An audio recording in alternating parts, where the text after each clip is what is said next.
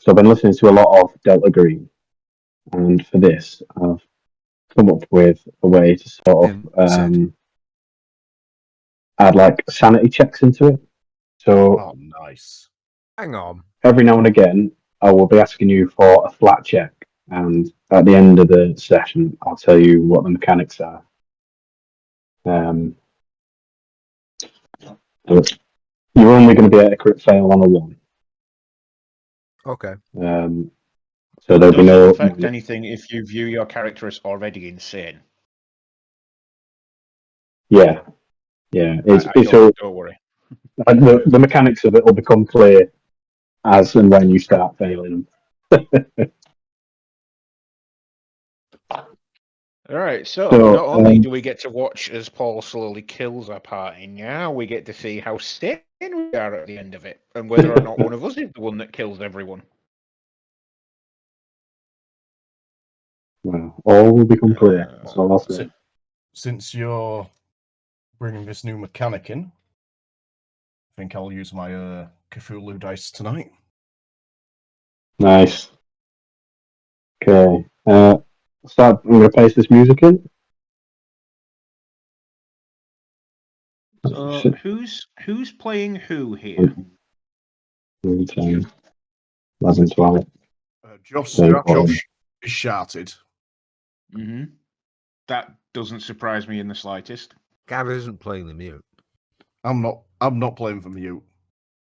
Neither am I. Sai doesn't know about the mute. Would anyone like to explain who the mute is to Sai? Go for it. So, the last adventure Sai was it was basically like a hunt for a werewolf in the city of Eladir. The party consisted of a trainee Hell Knight, played by Wilson, an android called Tubers, played by Nils, who was a giant instinct barbarian. Oh yeah. Shattered here, and Mike was playing a ranger called Bertrand and his hyena sidekick. Gav was away the first session as well as you, so Gav joined us the second session. But by that point, I'd already told him the entire plot. So together we came up with a character called the Mute, who is a champion of Norgorber, who found out a secret of Norgorber, and to make sure that he never spread it, he cut his tongue out. Oh, pleasant. Well, Anyway, let's see.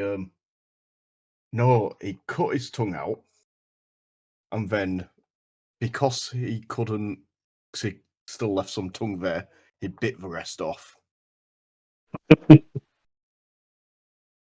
So he joined the party on the hunt for the werewolf, and in the final fight, he was bitten by a werewolf, transformed, and was killed by Tubers. Not just killed, decapitated. Decapitated by Tubers. Any way to kill a werewolf? Hang on. So how is not the Mute still here? He's not the Mute. Exactly. Oh wait, he's sorry, not I've just mute. got it. No, I've just got it. I'll shut up. Yeah, no, I understand now. Yeah. In fact, almost everybody died in that fight. It was a very close call. Gav was the only one who. Well, Gav permanently died, and also Bertrand's hyena permanently died. Both by failing dying checks. No, I did Nils throw the decapitated crit against you or something. I remember. I think he crit against me.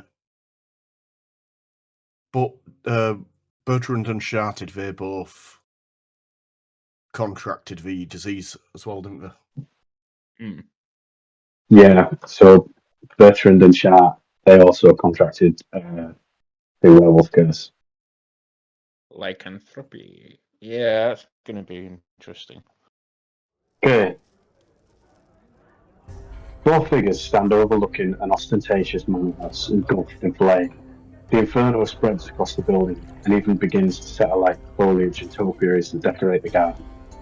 The figures watch the inferno well into the night. Only when they are certain nothing has left the building, they cautiously make their exit. The fire blazes for days. Only on the third day does the fire start to die down. On the morning of the fourth day, the manor lies in ruin, a smouldering pile of rubble and charcoal. From this, you see a large, pallid fist burst forth from the rubble and claw for purchase on the stone. Slowly, a figure pulls itself from the ruin. You see a large, muscular orc standing atop the rubble.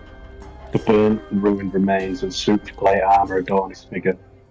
Between his broad shoulders, you see the bloodied stump of the orc's neck, and from his right hand hangs his own severed head, fierce eyes fixed on the horizon.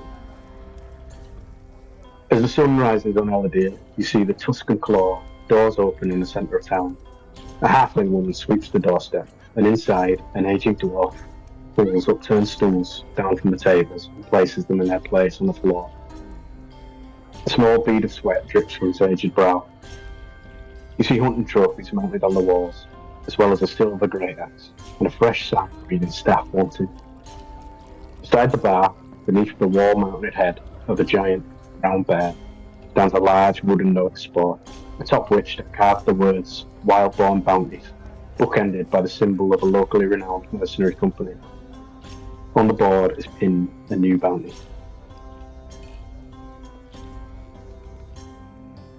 What do you do?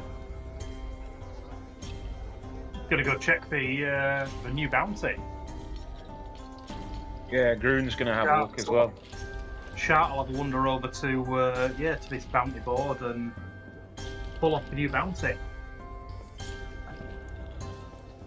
So you all walk in. You read the new bounty. One of you might read it aloud. Or are you all here? Well, I mean, do we know each other at all? Shart and Bertram do.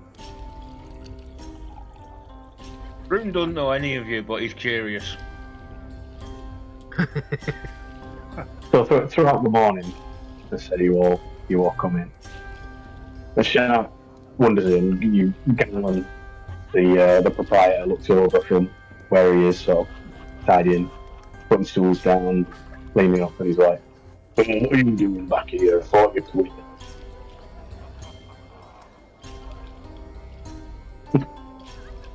I didn't actually catch what you just said, Paul. Did you, Josh? No, I didn't actually. I was stood up pouring some rum. Oh, he was talking to you anyway, because Shart obviously used to work here. Oh. I was just saying, well, I'm just in town looking for a bit of a bounty. Need to make some extra side cash, not from this shit bar. Oh yeah, no. And he nods at the new bounty. He says, "There's a fair reward on that one, Shattered. A fair reward, I'll tell you." It's a fair reward I'm after. So as you pick it up, the bounty reads, "Rumours have been circulating of a massacre at Chitterwood Abbey. Father Esther has not been seen in 2 weeks, and a contingency of guards sent to investigate has not returned. A reward of 2,500 gold pieces will be given to the one who brings those responsible to justice." So as they throughout the morning, you all come in, you all read this new bounty. And perhaps you get speaking to each other and you decide 500 gold pieces each don't sound too bad. Yeah, If they took out a contingency guard. 500 definitely sounds all right. That's walking about money. Pleased to meet you, fellas. I'm Shattered. Groon. I am the right venerable Lord Hashing Table. I suppose this will do for employment. And the mute under a hooded cloak, he'll just, raise his fingers to his head and just wave at you guys. His face covered up. Don't think we're going to be hearing much from that one. He shakes his head at you. Shark's gonna walk up to Mute. Those looks like an awfully big hands you have there. Muting away.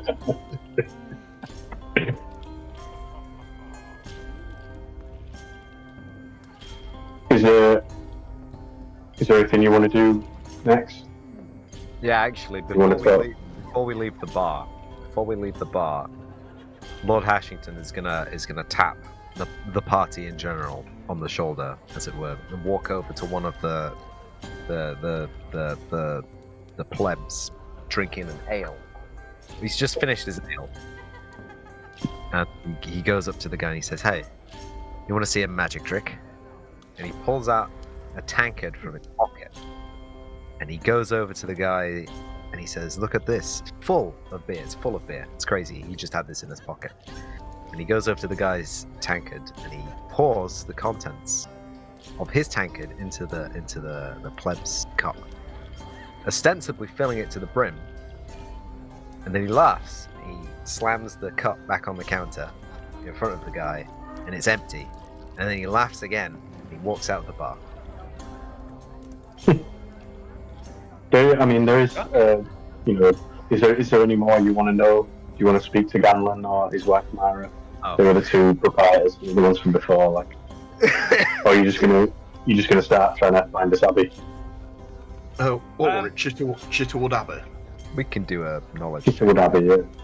So, Mew will go up to the bar, slam the bounty down on it, rustle around in his bag, grab a map, slam that down, and he'll roughly point at Chitterwood Abbey, and then point at the map. Ganlon looks at you and says, "I've never been there myself. Richard said that's a nice looking A axe to worshipper have. of Shaolin like those priests. I've had no cause to go there since the Goblin Blood Monks. There ain't much I can tell you, friend, about where it is." I'm gonna try a society check. Brune's gonna However, look at the barman. I got and a just 20 go, "You know anyone who does know?" for 26. Do I just? yeah, yeah, you know where it is roughly in Chitwood. You could probably get there in a day or two. In response to Karuna, Ganlon says, "Yeah, Father Willis in town at the Temple of Shaolin. He used to visit. He knows Father Aster quite well, my understanding. Aster running the Abbey, of course. Yeah, I talked to Willis about you." Brune's gonna drop a couple of silver pieces on the bar just to thank the barman for his help. Ganlon takes the pieces, but he kind of smirks. As he does. Not in a mean Made of way. money, so you know. He's a former adventurer. Do we need to be throwing some sense motive down at his smirking? Fuck's sake. You can if you want.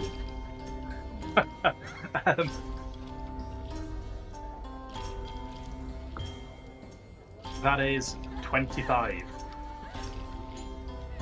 Yeah, he used to be an adventurer. He's made a fair amount of money in his time, which he used to buy this pub in cash. Like the axe you can see behind him is Just doesn't see the point in antagonising the locals.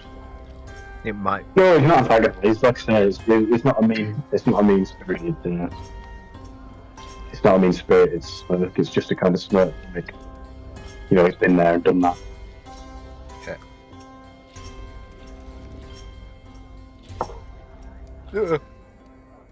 So you know where We know. you know exactly where the Abbey is. Does anyone think it might be an idea to find out if there's any more information we can get before we go up to the Abbey? Maybe speak to that priest dude. Well, what was the what does the note actually say? What are we going to do? Can't miss that bit. Yeah, that's a good point. So we need to read. I'm missing. You still got the note in your hand. Rumours have been circulating of a massacre at Chitterwood Abbey. Father Astor has not been seen in 2 weeks, and a contingency of guards sent to investigate has not returned. A reward of 2,500 gold pieces will be given to the one who brings those responsible to justice. Well, Right. Shard knows where we're going, doesn't he? So, or some. Well, it might have been Shard or Lord Hashings. I'm not quite sure. Lord Hat. We've just seen what Bertrand just said. He looks back at Bertrand and he says, "Aye, there ain't many like moonlight."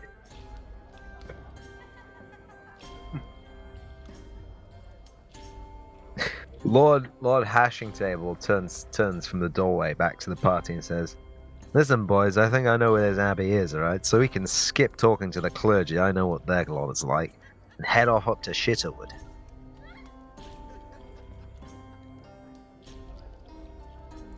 Oh, I'll roll a diplomacy as well for that, actually. It's 11 for a 21. Are you convinced, party? How tall is Lord Hashing Table? 5'8". So, Newt will tower up behind him, place his hand on his shoulder, and give him a bit of a push towards the door. Like saying, lead on. There we go. You just going straight there? You don't want to find out anymore? Well, before we go, I'd just like to ask the barman if he knows about any of these goings on, like what's doing the massacring. Gamlin, he says, "Well, like I say, I've never been there. I don't know much about Astor, the priest who runs the place. He's known for taking in the homeless. The wife says he's got very, very beautiful art or something. Like I say, Sir Willis, Father Willis, he used to go there. He knows more about Astor. I don't know nothing about the place and I don't care to." Well, I want to go speak to Father Willis. Where's he? Is he in town or? He's in town, yeah. But yeah, I think it'd be silly not to go speak to him before we set off.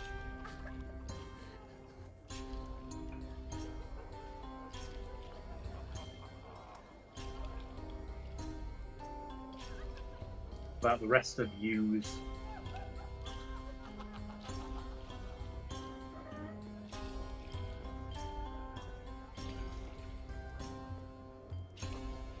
Up to you guys.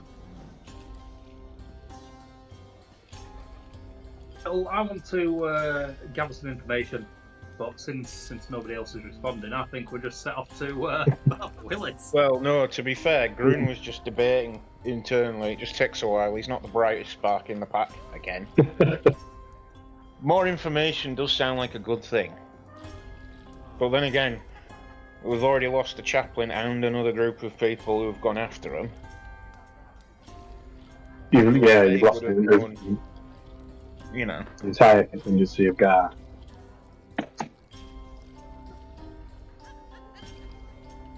Well, just to be clear, in this situation, knowing more might well end up helping us. Just to be clear, you haven't lost the chaplain. The Father Astor has gone missing. He lives there. It's his abbey. Oh right, he'd gone missing, and then the guards who went to investigate have gone missing. Following the circulating room. Disappeared, haven't they? Yeah.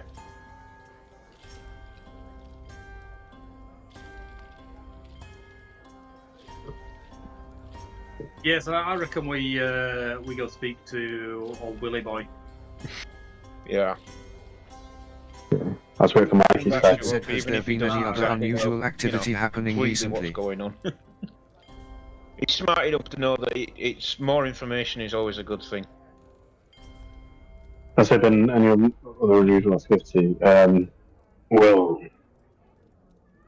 as I'm sure you know, there were a werewolf problem about 2 months ago. The two of yous were dealing with it. Give you the reward, my son.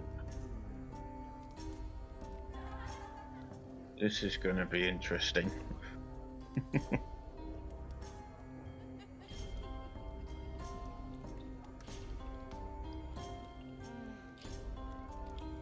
So we're gonna go. Richard we're said, gonna oh go yes, I see- remember that cough cough. We're gonna go see. So you're going to head to the temple.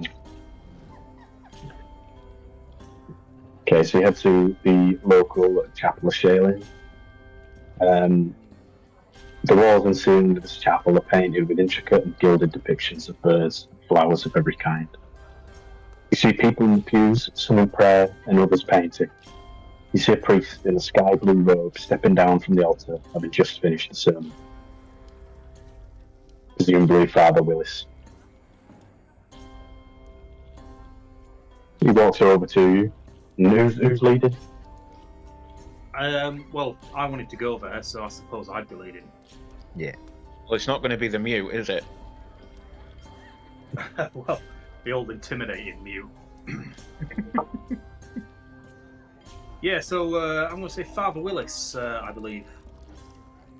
We are on our way up to an abbey to find what's happened to somebody, and we've heard a lot of people have died. Can you give us any more information? Of course. You talk about my dear friends, Father Astor, of course. Yes, the Chittlewood Abbey. He's done great work for the Eternal Rose, great work. He spent many years taking in the homeless and the poor of the city, of the people who lost their homes and families during the war. Good man. It was myself who reported the massacre. In fact, I often go over there to help feed the unfortunates he takes in. It was perhaps 2 weeks ago. Last time you saw him? Well, Father Astor, he's always been a remarkable man. He truly sees beauty in everything. He has a penchant for seeing the beauty even in the dark and macabre. His paintings are wonderful, truly wonderful. Like I say, he saw the good in everything. I can't imagine how this is going to be. Lord Hashing Table would like a sense motive. Yeah, I think. Oh, if you're doing it, no point. It's an 18 for 26. Yeah, he seems genuinely broken up. He doesn't seem he doesn't seem to be deceiving you in any way. He seems like quite a genuine fella. He seems to look up to Father Astor. Well, shit.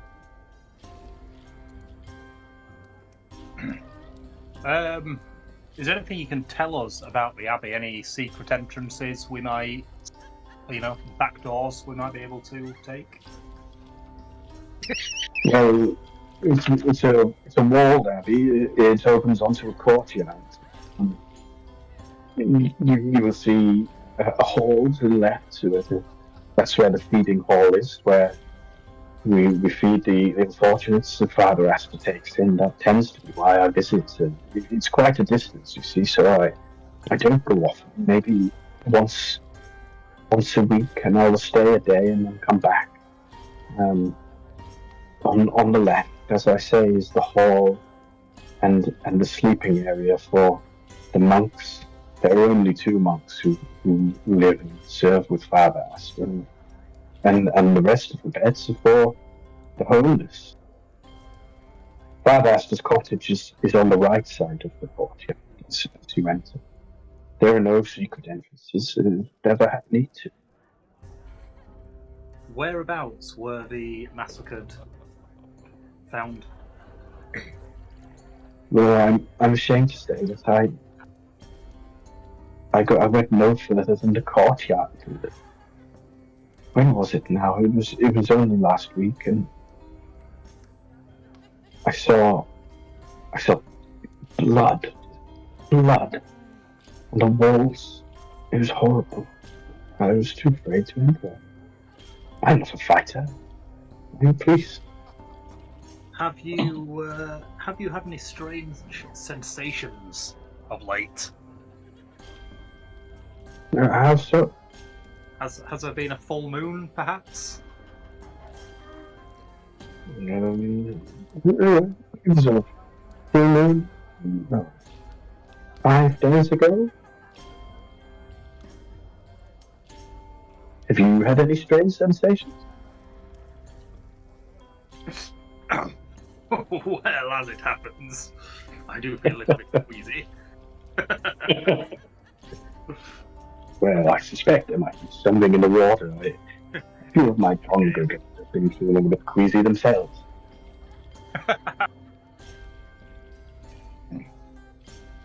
No more questions, Father Willis. You have a good day. May the rose guide your way.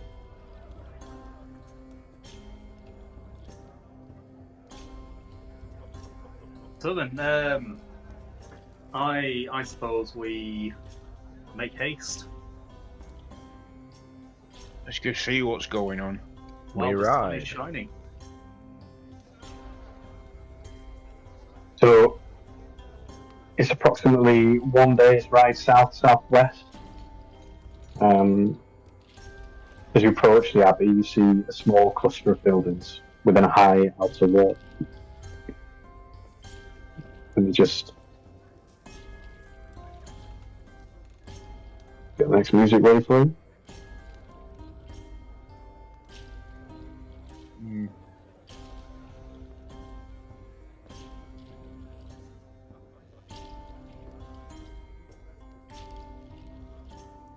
Okay, Smorgborgler said here's the tabletopaudio.com. next music.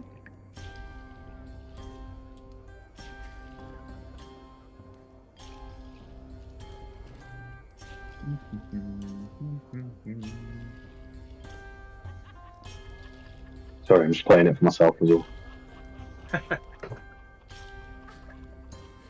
While we're riding up, the mute wants to ride alongside Shouted, and he'll pull this encyclopedia of werewolves out from under his cloak, and he'll open the pages up, and there's just these really crude drawings of like dismembered androids, and like a female android being run through by her own greatsword, and he's going to show the drawings to Shouted, pointing as though to ask, where is she? There's an android that died. Who played an android? No, Steve. There's an android called Tubers. If you remember, Tubers was responsible for killing Or beheading Yes. you. Oh, And his werewolf book is just drawn over every page, and it's just Tubers dying over and over again. oh, so it's right. It's a proper book, but you've scribbled over it and done your own drawings. Yep. Right, I get you. Nothing like holding a grudge. Yeah, I'm say I'm bad. Not seen her since we were in the mansion. They're really shit drawings, by the way. Like, a child would do better. It looks like an android with a sword. Mr. Muted Big Hands. I don't know why you showed me these. Maybe you should take down your hood and then we can talk properly. He'll shake his head from underneath his hood.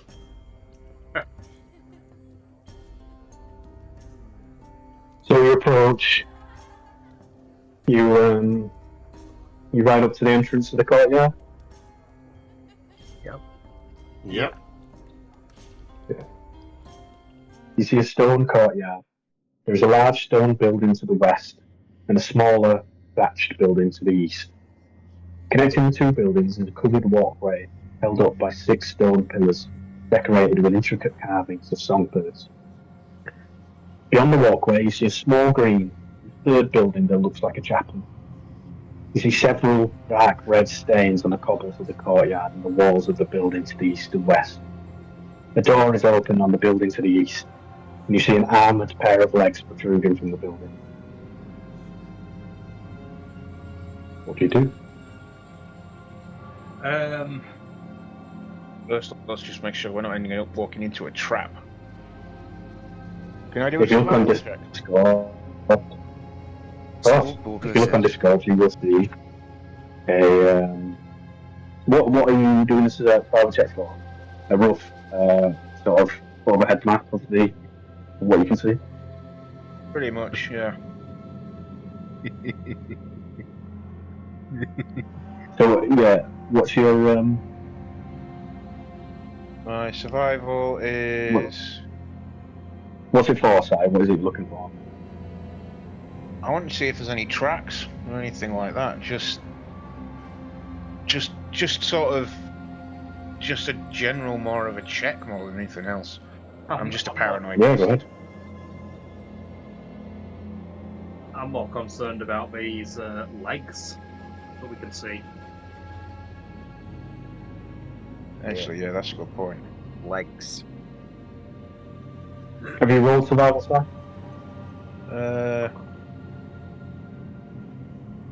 Yeah, 12. Now you can see tracks. You can see that there's footprints in the blood. They look like they were left there afterwards, possibly by the guards. And you can see like trails of blood as well, but you can't exactly work out. Perhaps the rain's washed them away a bit. You can't work out exactly where they're going. Oh, just enough to make me even more paranoid then. Yeah, cool.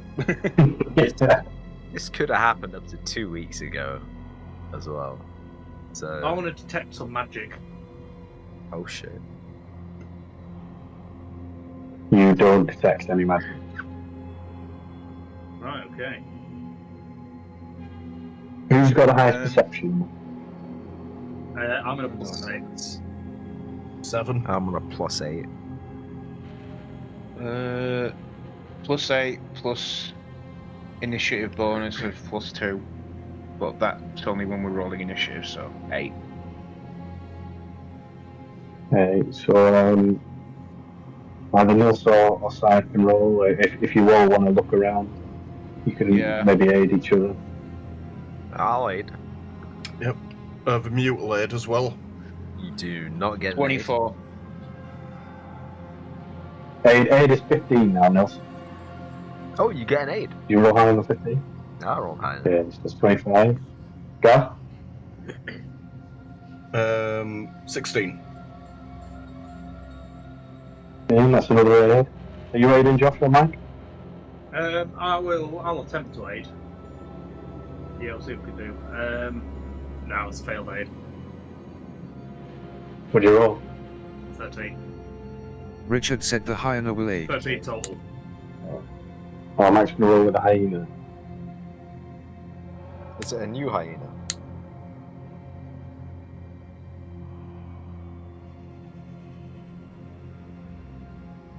You would have to ask Bertram. Richard said 21. 21. Okay. So, you all, as you look around, you can see the blood is dry. You can see, when you look closely, there are lumps of flesh in the blood. Some small, some bigger. You hear the faint sound of whispering just at the edge of your consciousness. It's almost beyond hearing, but if you try and focus on it, it goes away. It's just there, constant, this faint whispering. You can't quite work out what it's saying. Hyena, if you know, sort of sniffing around the courtyard, sniffing the blood. It goes behind a flower pot. It pulls out a severed hand.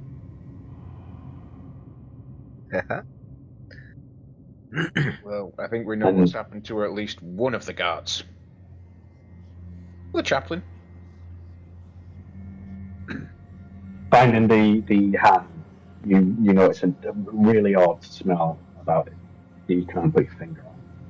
Can I roll a society Maybe to a see chemical. if this was done by vampires? Would need to be medicine. Can it not be society for Yeah, me? It's a higher check, and also because of my heritage, the party will not know about unless they ask or notice. no, because it's you want to find out like what, how it happened. Medicine So, it is. a successful medicine. Yeah. 20. 20. That's 18 plus 2. You can't tell. Whatever did this was extraordinarily strong. Are you trained in medicine? Absolutely not. Whatever did this was extraordinarily strong. These things were ripped apart. That's all you can tell.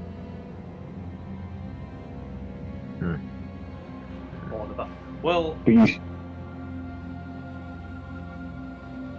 I still want to go and investigate these legs that are protruding out the doorway.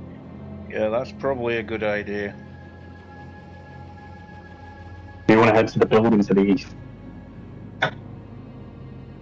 Yeah. The building to the east is the Reverend's quarters, isn't it? Yes. The Father Astor's quarters. Yeah, thank Father's. Yeah, I want to. Yeah, go see. So as you get closer, you can see a wooden door to the thatched cottage, and you can see it's being propped open by these legs. What do you do? Do you open the door to try and pull the body through? I'm wondering if those legs are actually attached to something. You Yeah. will grab hold of the legs and pull them out. As you pull them out, the door closes shut, and you just see that the legs just end at the hip, just a bloodied stump. I wonder what could have done that. Oh, that's disgusting. Ruined my T lunch. said sounds like a fun mystery, Paul. Just got to work though. Look forward to hearing about the full thing. Catch you all later.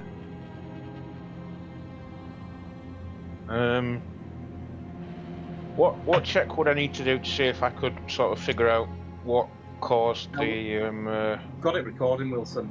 So I'll get the recording wounds? at some point. Paul? Medicine. Right, I'll roll a medicine check. 18. You don't know. You like I say, you can see it's been ripped apart. There's maybe bites.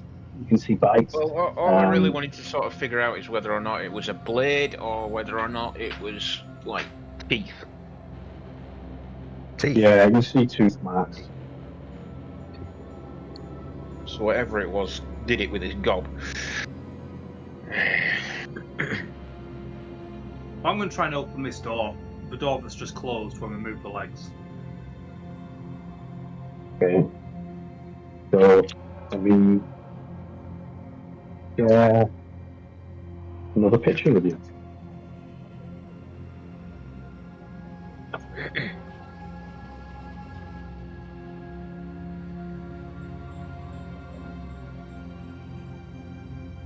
Smorgborgler said.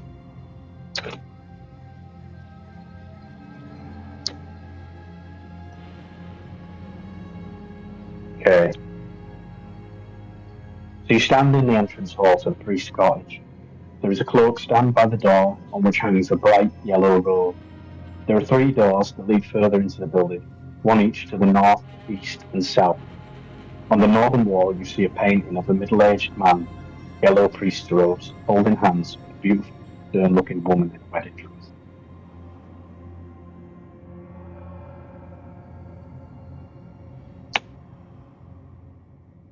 I think we should probably just investigate, see if we can find any more parts. I feel drawn to this painting, so I'd like to take it off the wall. Yeah. So you take it off the wall. You want to roll a perception? Yeah, I'll roll a perception. 18, Anybody want to aid? 18 for a 24. Yeah, I'll aid. Nah, 26. this doesn't need an aid. So looking closely at the picture, you see that the woman in the painting is clearly dead, in stark contrast to the bright, smiling priest holding her. Roll a flat check, Josh and Si. That just a 20, yeah? It's just D20. 16. Just a d20. 2. Oh,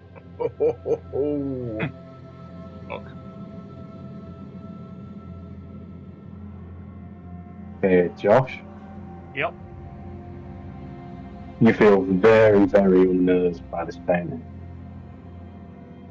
Yeah, I I mean, mean, just the whispering in your head as well is just sort of it's starting to confuse you a bit, and you're just looking at this thing and thinking something's wrong. You know, this woman's in a bridal gown, and you see this priest next to her, sort of middle aged, and the woman is clearly dead. You know you can see sort of the early signs of decomposition. And looking at the corner of the paint, you see it's starting to match the rest of it. But you don't feel right. Like you're starting to feel a bit on edge. just for context here, I'm sat in my cellar. I've got all the lights turned off, and apart from the light from the computer, it's pitch black. And it's bloody creepy. Really getting into the atmosphere.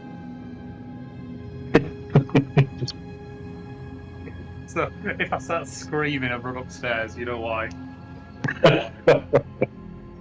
Oh dear. So you've got 3 doors. Did you show the painting to the others? Yeah. I've got no reason not to.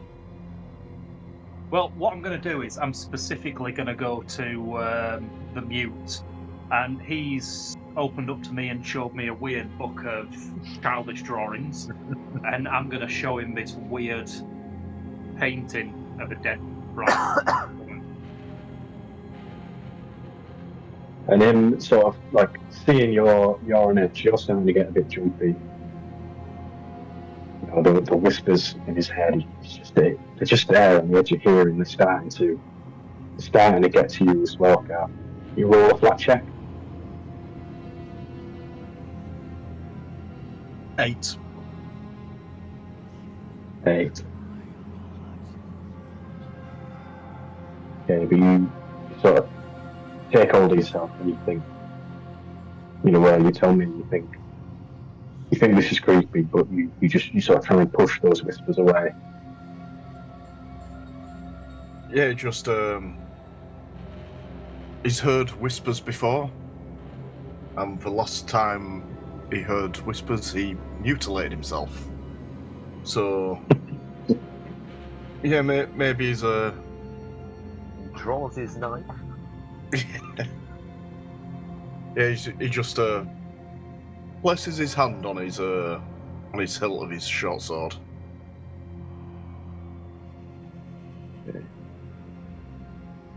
So what do you do with the painting now, Shard? Do you hang it back up? No, I think I'm gonna lay it face down on a bed, or on a flat surface, on a table or something. Yeah. You're in a hallway at the moment, so you just prop it against the wall. Yeah, prop it against the wall, but you know, face to the wall, so we can't see it anymore. Yeah. And I want to tell the rest of the guys there's something not right here. I don't feel steady. You know, I'm on edge.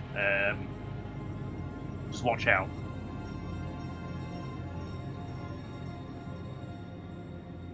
Okay, so where do you go? There's 3 doors: south, east, and north. So it looks like south is to the bedroom, isn't it? Mm-hmm. So south's to the bedroom, east looks like there's some stairs or something, north's like the living quarters. Yeah. Well, I mean, are all these doors closed? They're all closed at the moment, yeah. Then I'll go south. Oh. You open the door to a bedroom, and you find that same chemical stench that you smelled on that hand outside, and is almost overbearing here. But otherwise, you see a normal, tidy bedroom. You don't see the blood that you were seeing outside. You didn't see that except for the body in the door. You didn't see that here. You see a number of different coloured robes hung up on the south wall, and you see a large four-poster bed by the window to the east.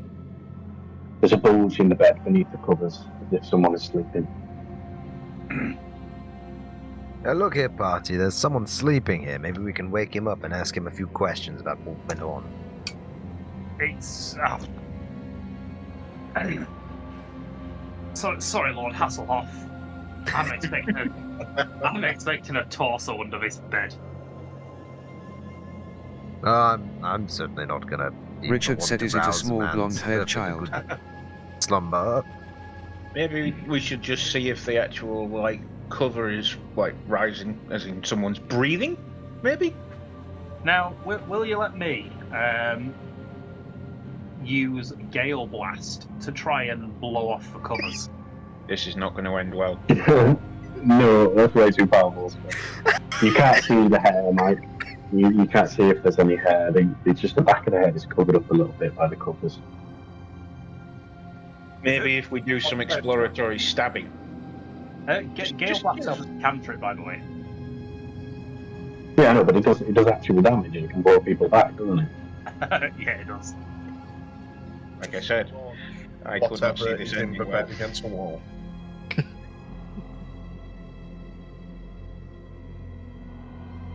But for smell in the room.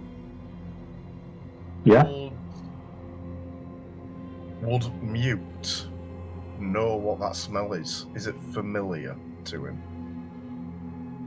It's very familiar to you. Richard said, Of all of "Perhaps you. this is Goldilocks and the Very Rooftop familiar. people are the work of the Three Bears." Well, man, that's a pretty cool theory, Mike. Whether Mute knows what it's called, or just has experience with it, he's not the most intelligent bloke in the world, is he? Well, I'm Pretty well. I'm just going to I'll send you a quick message. Hey. With my reasoning. I'm getting the feeling it's some kind of formaldehyde, and the father is actually treating the corpses that is painting.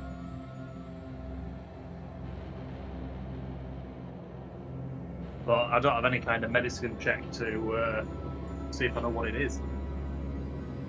Alchemy might detect it as well. What about alcohol? Is it No. alcohol? No. What about intimidation? Intimidate the smell. Well, I could probably try. I've got a +7 on intimidation. I'm just going to run for a while, so I'll be back in a minute. +7. Ooh. Could we use a medicine check to sort of see if we can identify the smell? Yeah, medicine will work. 19. Richard said, "Law Academia Don't work." recognise it on 19. Are you trained, Si? Yeah. You are trained. So ordinarily this would be alchemy. Slightly easier one with alchemy. No, I don't think Law Academia works. Is anyone trained in alchemy? Well, I'm not. You do recognise the smell, Si. You can't put your finger on it. Lovely. So I'd say it's probably medicinal of some sort then.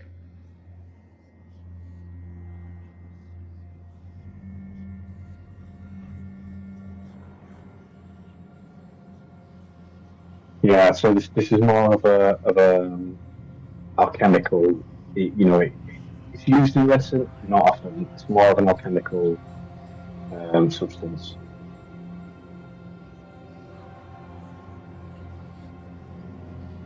No, I don't think so, Mike. Because I don't think Lore Academia would be good for it.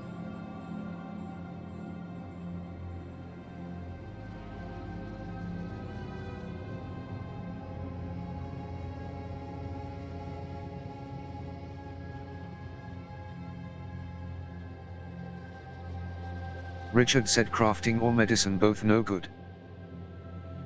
Crafting is alchemy, man. Yeah, if you've got crafting.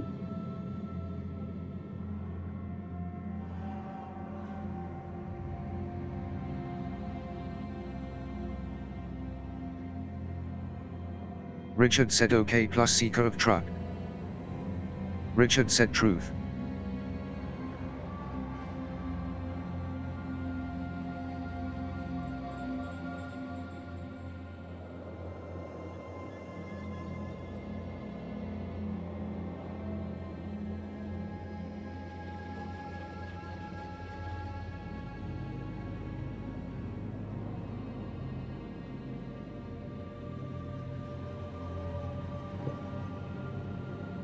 Would you roll? Do you need to roll with Richard secret said truth? 19. 19. Oh, good, exactly. So, yeah, Josh was right. This smell is formaldehyde. Yeah. So have we discovered what the smell is? Yeah, literally just before you got back, Bertrand has identified the smell as formaldehyde. Oh, cool, it is formaldehyde. Ripped up body parts, formaldehyde, strange paintings. Anyone else feel like we're walking into a Victor Frankenstein thing here? Yeah. Newt will draw his short sword. Richard and said he'll, approach for bed. And Rune will draw his sword and his... what was the other one called?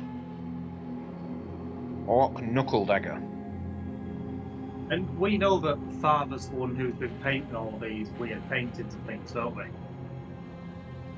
Yeah, he's known for his sort of striking, macabre style, is what you've been told by Asta.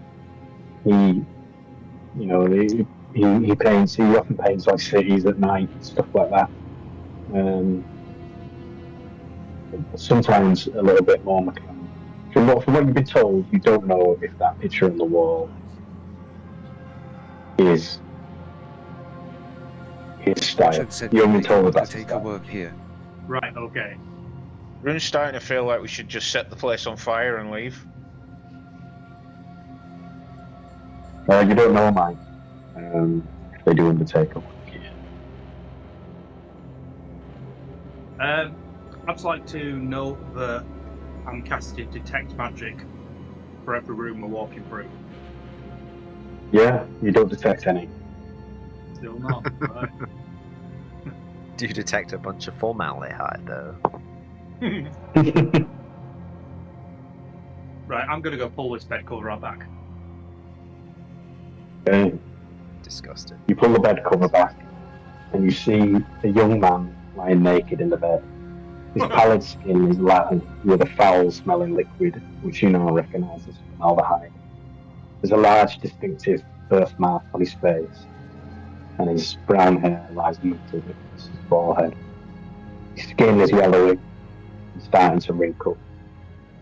His eyes are yellowed, and his pupils faded.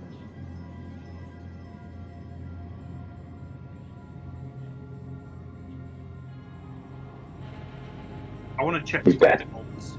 Oh. Oh, we were wondering.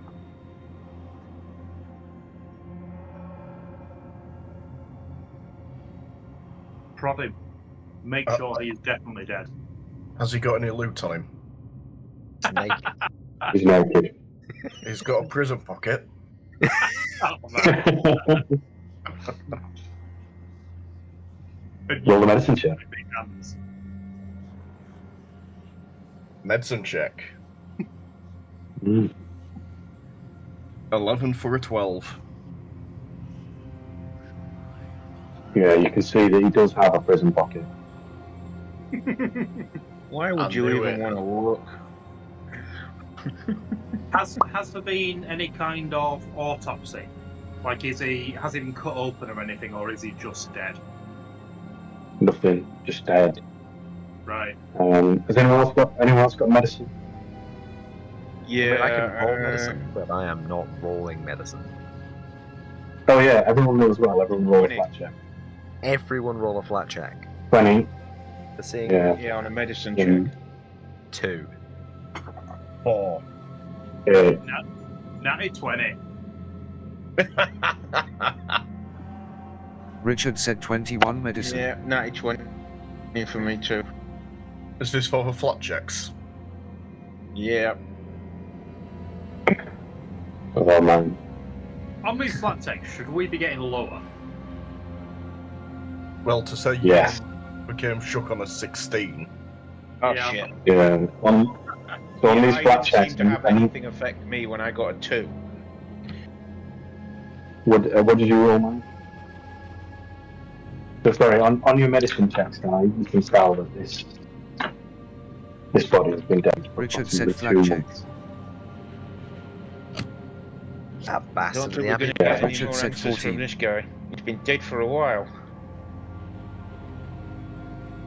Imagine that was a bit more gravelly than I intended it to be.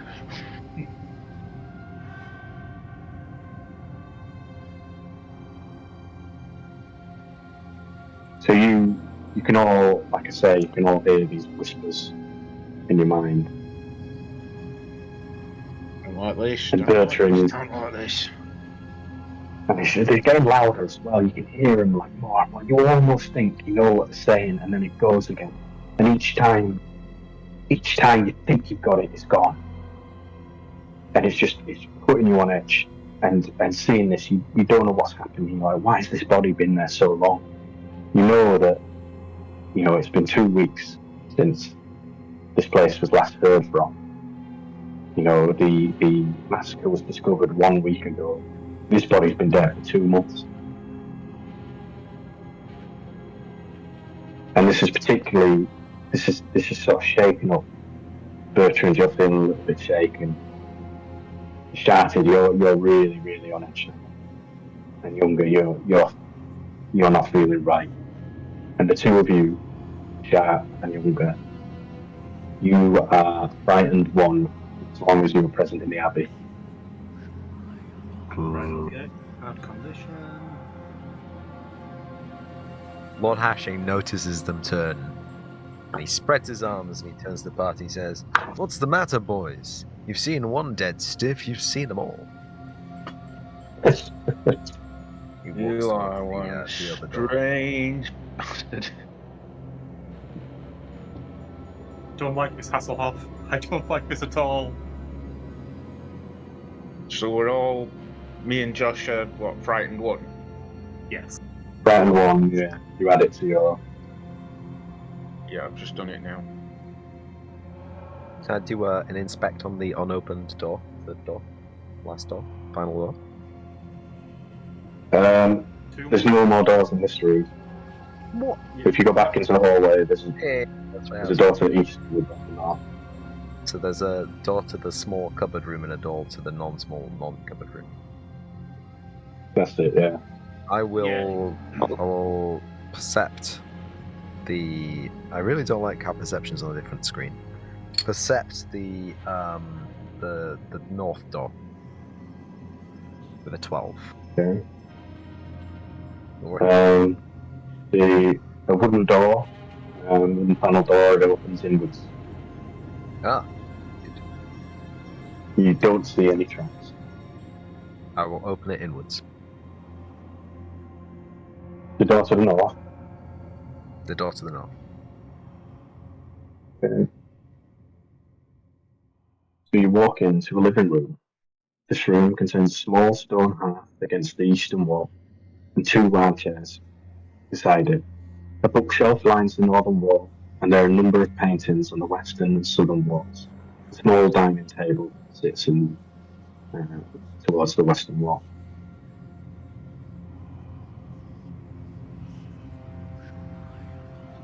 Anyone sat in the chairs? Nobody in the chairs? Is the fire on, or is the fire burnt out? The fire is burning.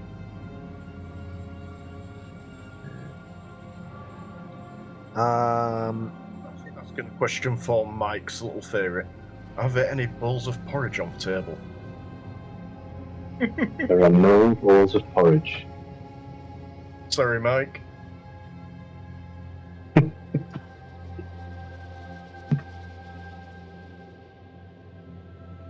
Richard said thanks for checking. Some dead flowers. They look like they were probably alive until recently.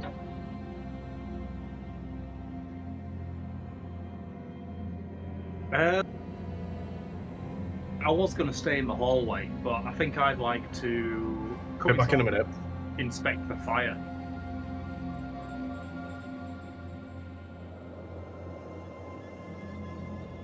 It's a stone fireplace, no mantle, it just goes straight into the thatch. Yeah, it's burnt out, you can't tell too much about it. I'd like to look at the bookshelf.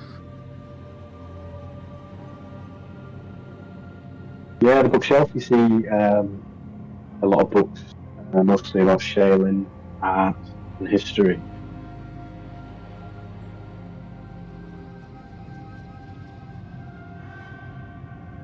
I don't know what I expected.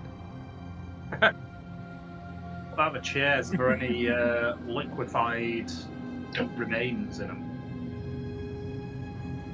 No, just Very oddly specific question, Josh. What are we? normal armchairs. They've each got a cushion on them. You don't mix anything with them. Can I lift the cushion up, see if there's any change down the side? You find 2 silver pieces. Ah, Oh yeah!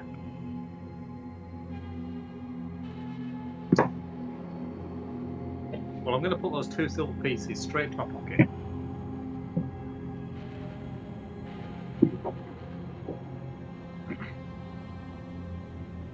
So, can we, can I roll a perception on this room, just see if there's anything that might be out of place that maybe shouldn't be? Yeah, go ahead. 11 for a 16. Seems what are we aiding? Just a general perception in the room. well, I'll tell you what I'll give you on these 16 that you sort of stands out to you. You notice more paintings on the wall. Oh man, not more paintings. Aiding for 24. Have we moved into the next room now? We've just done a perception Assuming we and have. noticed more paintings on the wall. We're still in the kitchen Don't like this. area. How many more paintings?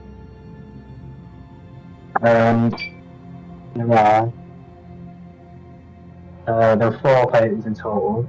2 on the western wall and 2 on the southern wall. Well, is it possible that these paintings have changed?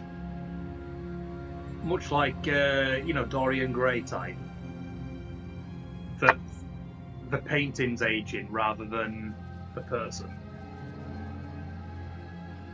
No, the guy, the minster I said mean, he likes drawing macabre. I don't know, I'm getting weird Dorian Gray vibes. I'll have a look at the paintings on the southern wall. Okay, roll See if perception. there's any familiar faces from town. Did you ask for a perception there, Paul? Yeah, roll perception. Yep, okay. That's a 17 for a 22.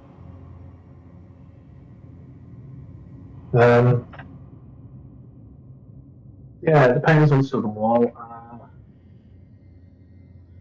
are various scenes of towns and cities at night.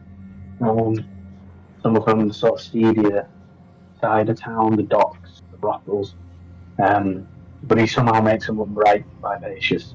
You know, you get the impression that this is what Father Willis was talking about when he said the pension for the dad. These are the kind of things we'd expect. Can I take the pages down and see if there's anything written on the back of them?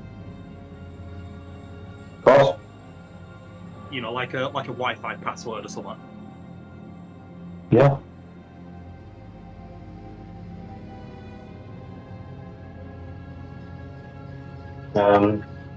You just see the names of the painters.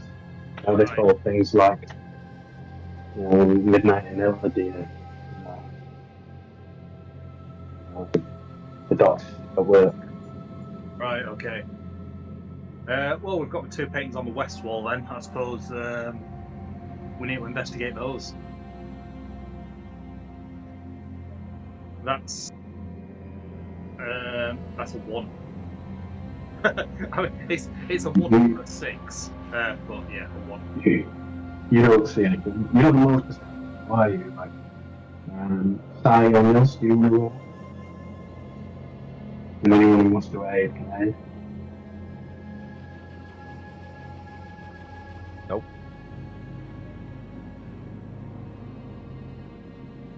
Sai?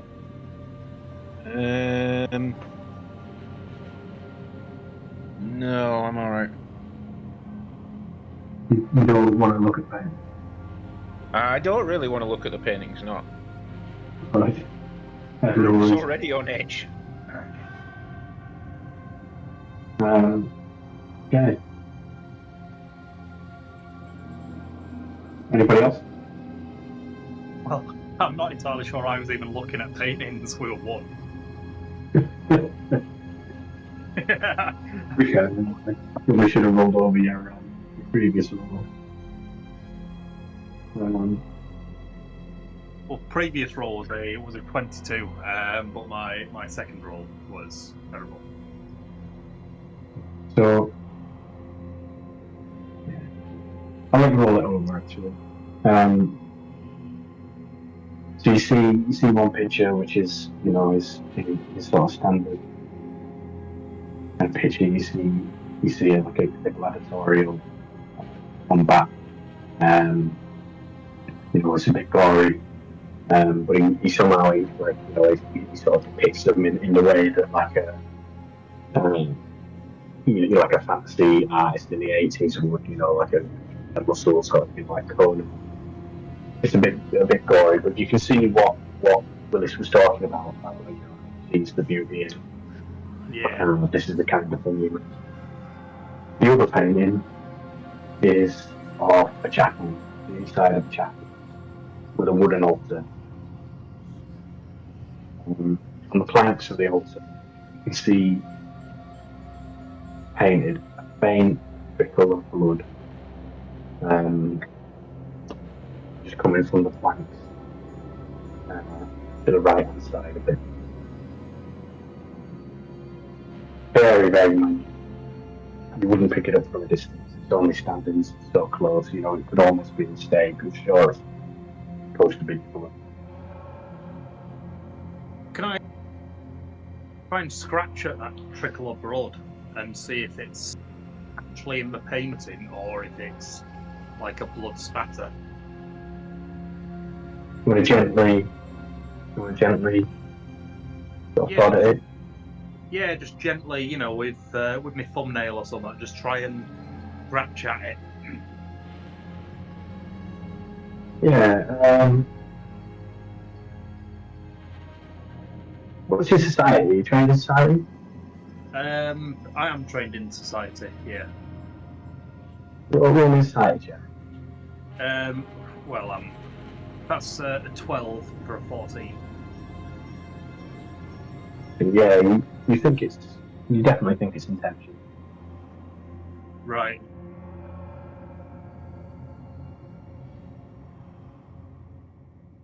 Is anyone else trained in society who would like to roll? Or? I'm not trained in society, so nope. Society. What are we rolling for? Sorry. There's a picture, Nils, and on this altar, on the picture, there's some blood, like coming out. Richard said 26 society. Oh, guess I don't need to roll society. Well, the society check is Josh is trying to work out if it's intentional or not. Yeah, Sharp went Ah. to like touch, see if the blood was actually drawn into the painting, or whether it was like. It's so minute. It almost looks like it might be a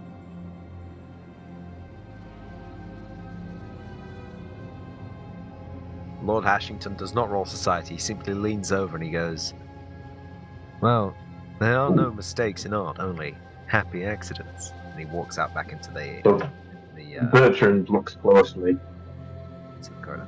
and the closer he looks, he starts to think this is intentional. And the closer he gets, Richard said Bertrand was a man of high society. the louder the whispers get in his head until they become screams. As he's looking into this thin trickle, he thinks that he can see depictions of screaming faces within the blood, and the whisper in his mind just starts screaming. He just still can't quite make out these words. Bertrand, roll flat check. All of us. No, just Bert. Oh, good.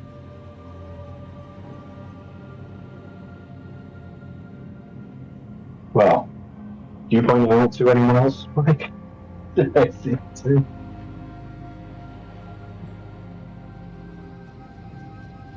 Richard said 4. Oh, you're right. You managed to get a grip of yourself. You see the faces screaming in the blood. Richard said I'll tell them what I think. So he tells you all what he can see.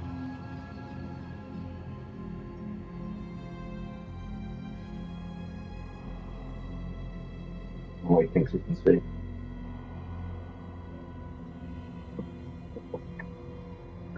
These are weird. I mean, are these paintings? Do they appear to be just paintings, or are they almost like the living images? Just paintings. From Bertrand's society check, you can tell they're just paintings. I mean, Bertrand would tell you that some of these are a few years old. There's nothing in these two rooms that seems so far, but the Bertrand's reckoning that that one in the hallway could be 20 years old. Right.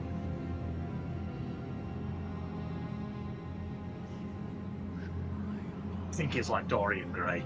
I Richard said a little out of style but decent enough. I think it's bloodworms. Again. No, I get this feeling that was a picture of a woman who was alive, but then she's been dead a while, or whatever, and the painting's gone over. But well, on to the next room. I think we've seen everything there is to see in this room. We've seen the pictures, we've seen the fireplace, a bookcase. There's nothing on the table other than some flowers. I've got 2 silver pieces. Is there a door in the north of this room? There is, yeah. Yeah. Well, I think I want to go back to the hallway and open the utility closet. Okay, do you want to go I with him? think we should set this place on fire. Yeah, following. So, you enter a small boxed room, and then it is stacked tens and tens of paintings. In what little room there is to move in here, stands an easel with a fresh canvas on.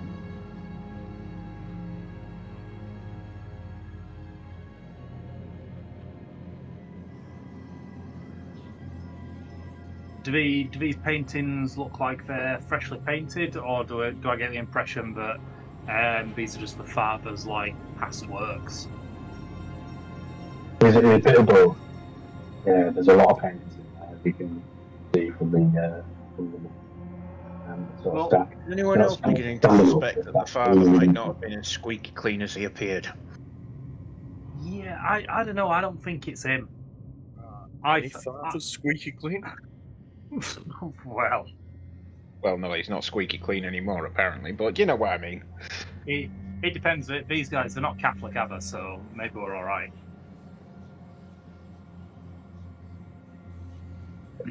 Can we distinguish whether any of these painting? Well, can I pick up some of the newer ones that aren't quite as dust covered, maybe? Yeah. Some of the more recent ones. Yeah. I'd like to have a look at one of the more recent ones and. Yeah. Roll a perception check. Perception.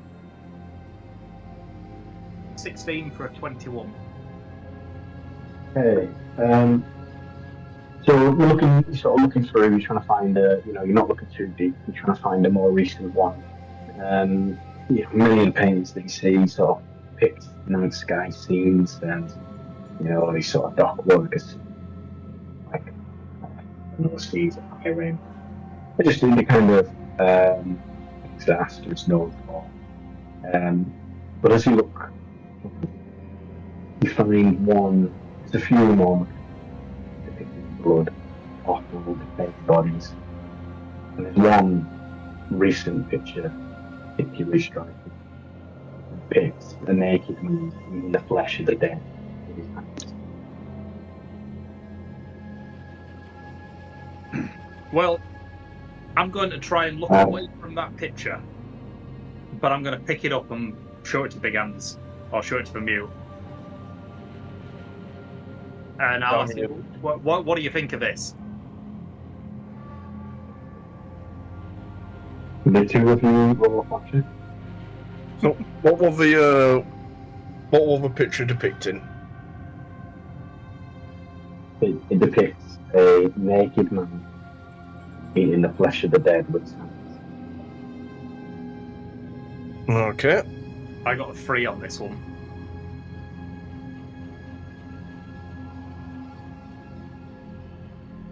Oh, 16. Something about this the mute really does not like. Something about this really disturbs him. I'd go as far to say it makes the mute a little hungry. And maybe that disturbs him. But there's more to this picture. There's more. The more you look at it, the more uneasy you feel. This man is not just eating flesh. Clearly aroused.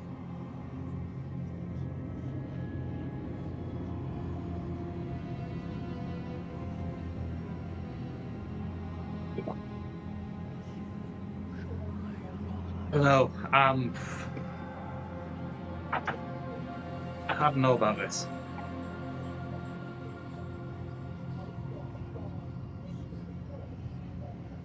Does this man look like anything in particular? Does he look like anyone we might recognise? He's a sort of elderly man, beyond middle age.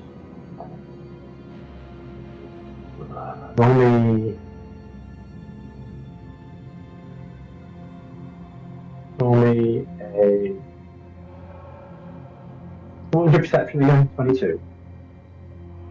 My perception just now. Yeah. That was a flat check of a 3. Yeah. He looks similar to the man in the painting in the hallway, but older and thinner. Right, so the man in the painting in the hallway who was next to the dead woman. Yeah. In the bridal gown. Right. Mm-hmm.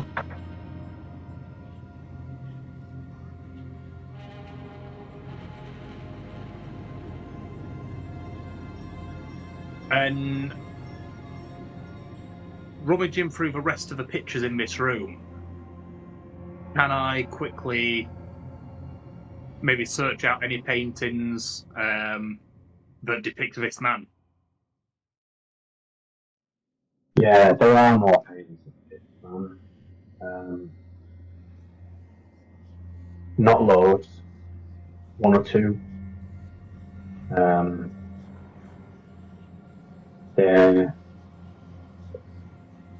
they're both on the Macard side, but not in the way that these two paintings were. It's more,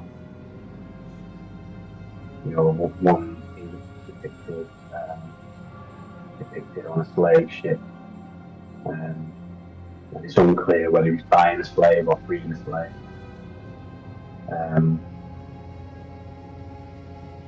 On another, he's depicted stood over a grave,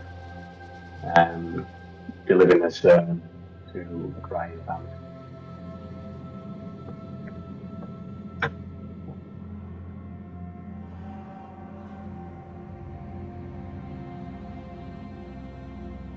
You look at the names on the back of the pictures?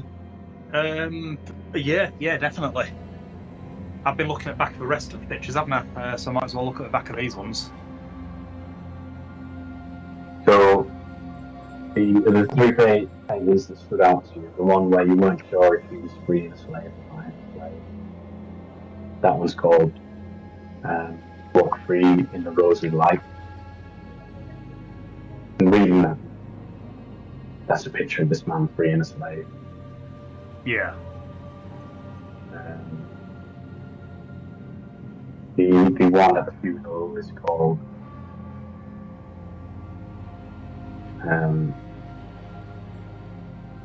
Loved but Not Forgotten. And the one of the man eating the flesh is called Mourning in Glory. Mourning spelled M-O-U-R.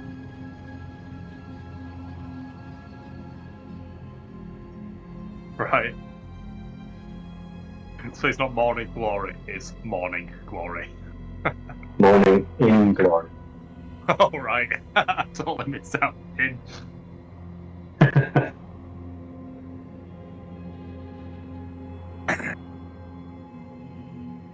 Right, and again, can any, magical weirdness coming from any of these paintings? No magic. Right, well, I suppose leave this room be then, and go through the northern door. Yeah, that puts you in the walkway then. And you see a door to the north of you. You see the cobbled walkway leading west, as you can see on the first picture, the map of Wood Abbey. Leading west. All right. Oh, okay. I see. Yeah. Yeah, let's go north. Yeah. So into the little, I don't know, storage building or whatever it might be. Crypt. Okay.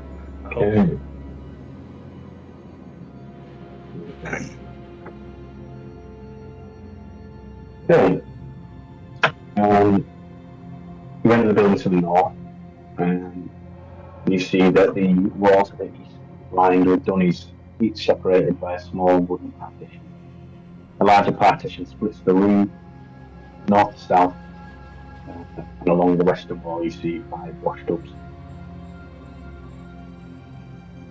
Unlike the other rooms, you don't see any blood. You didn't see any blood in the hospital either. Except for an entrance way, but again, you don't see any blood. Well, I'm not particularly too fussed about this room, but I'd like to do just a quick run around and look in the shit cans, make sure there's no severed arms or hands, and then same in the baths. Yeah, you don't see anything unusual here. It's just a standard washroom. Well, I'm going to turn to the mute then and say, I don't think there's anything in here. I think we need to move on, but you leap away, mute. I'm getting a little bit scared, and I'm not afraid to say it. You'll give you a low, guttural growl. Then he'll set off Down the walkway. To the door to the western building. Yep. This whole time, by the way, the whispering never leaves. It's always just there, just on the edge of your consciousness. But just every now and then it gets a little bit louder, does it? Yeah, just sometimes you think you can make it out. But it's maddening because you can't. Each time you think you can make it out, you think you're making sense of it, and then you've got. Is it possible to just sit and kind of meditate on these whispers for a few minutes? To maybe try and listen to them a little bit closer? I would say try and it starts driving you mad. Right, okay. You just can't get it. You just can't get it.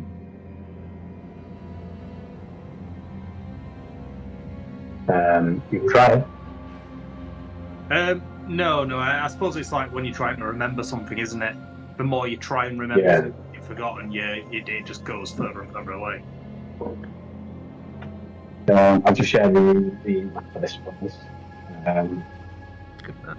So you enter the northern room and you find a room lined with bunk beds against the north and south walls. There's a single door to the south. The room is in disarray, and the bedding on the beds closest to the doors is stained with blood. Does it look like there's people under the covers staining?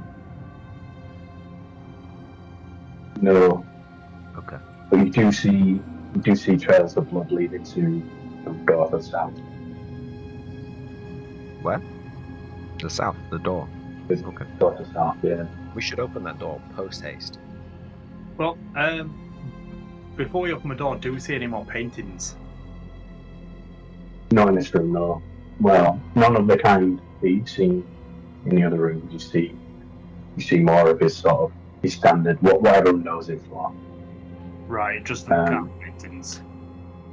Yeah, not even macabre. Like a lot of them are just, they're very vibrant pictures of things that people would normally, paint. Like I don't know, mushrooms growing on a dead tree.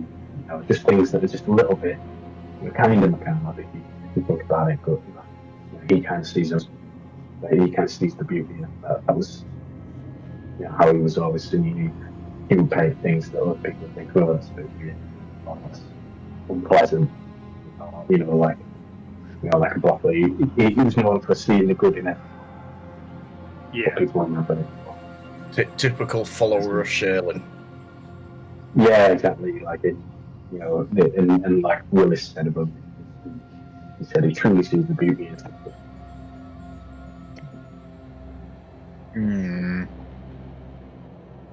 it. Quick perception around the bunk room. See if there's out there. Yeah, he's in disarray. There was clearly a scrap here. Oh, sorry, I'm rolled yet.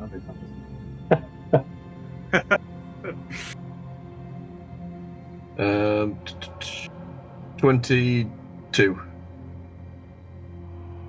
Yeah, so clearly in disarray. There was obviously a scrap here. You detect the smell of malahide in the area, and you know what it is. You can't locate exactly where it's coming from, and you do see a faint trail of blood going towards that southern door. Right, southern door it is. Southern door. Yeah, if this one's on you Let's guys. let's split the party. No, But it always turns out so. Grun thinks that's a very bad idea. You enter a large hall with 4 long wooden tables across the length of the room. Plates and cutlery strewn across the floor. You see one door to the east, and you've seen this door from the outside, so you know where it leads. The room is drenched in blood everywhere. Floors, in some places it's thick, clearly coagulated. You can see body parts, you can see lumps of flesh, bone matter of brain, you can see organs. You can see intestines like pulled out. The stench is horrendous. Stench is overpowering. And as you look at it, like those whispers, they may become screams in your mind. Again, we don't know what to say. It's like they're so loud and then don't roll flat check. Who? Everyone. Let's give it a go. Right. 8. Oh, that's a 10.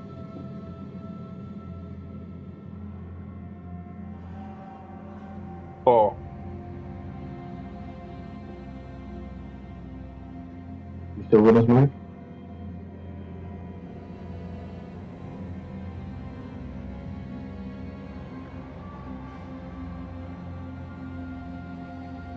Yes? Have you rolled? Yeah, 8. Got it. Mike. Is Mike still in? Richard said 7. You got a 7. Oh, 7. Okay, what would you like to do?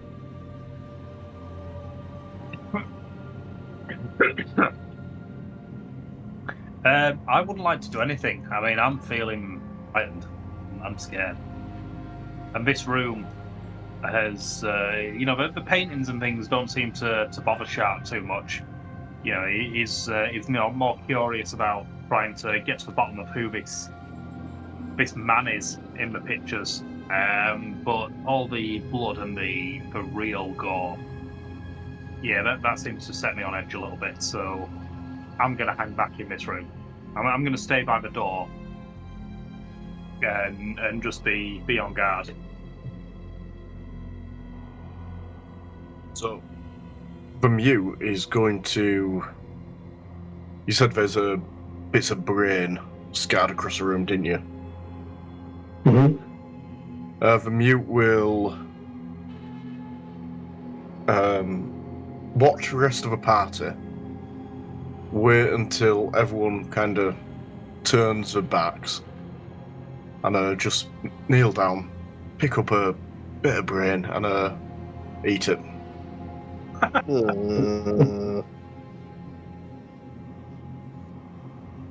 mean, you were getting hungry at the sight of the man eating the corpse.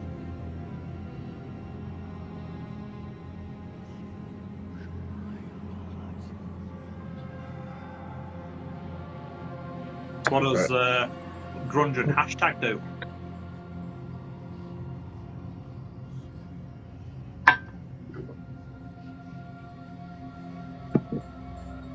What have we seen exactly? A brain? The room is covered in blood and body parts and brain matter and all sorts. There's just blood and guts and brain and stuff It's a everywhere. bloodbath. Right. It's not an enemy that's made out of 1,000 brains. Well, it might be. We don't know. Perception check. Well, 999 now. Richard said, can the hyena smell any Perception. unusual scents here? Perception check. Yeah, it can, Mike. That chemical smell, which you now identify, that's here. I got a 22 perception. Tell me more about the bodies. You reckon you see about 30 bodies. You see body parts that are armoured. The vast majority of them are not. Richard So said, you guards. reckon this is what happened to guards. As well as just about everyone. Lord Hashing Table exclaims to the party, "Don't worry, lads. There's far too few brains here for the brain amalgam to be formed. We're safe." He gags a little bit because the bodies aren't fresh, and then continues.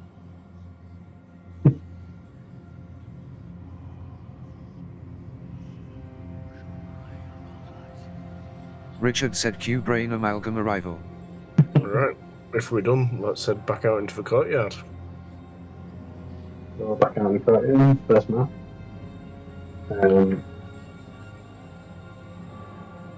So the only place you haven't been now is the chapel. The place we've got to go. So where's the chapel then? Is that through the walkway north of the courtyard? Yeah, that's it. With the doors to the east. Double doors. Maybe we'll be lucky and there won't be paintings. Maybe.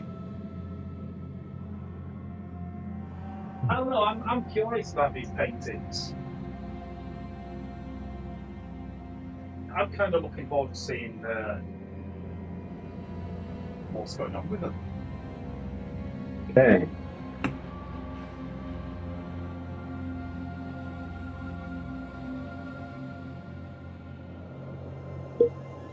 Oh, we got a map. The real So the man. walls of the stone chapel are carved and painted with all manner of intricate design. 2 rows of wooden pews line the chapel, facing a raised wooden altar at the west end of the chapel. The altar appears to have collapsed on its northern edge. You recognise this chapel, Josh, from the painting in the father's cottage.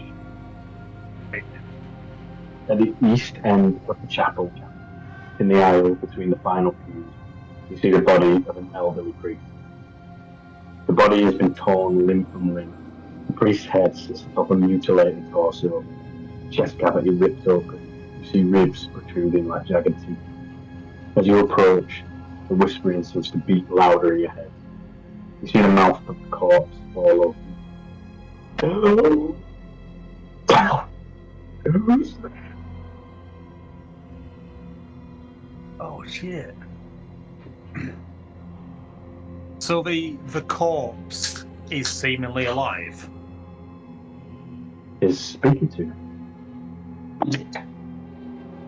I'm gonna say, what was his name? Father. Who's the guy we were looking for? Father Master. Father Astor? Is that you? Can I roll an Arcana to see if he has been turned undead? It will be religion. Religion it is. 10. Bastard. You think he's probably dead. Oh. I mean, 10. Mutila wrote You don't know. I will. To see if he's I wanna undead. cast- I would like to. What?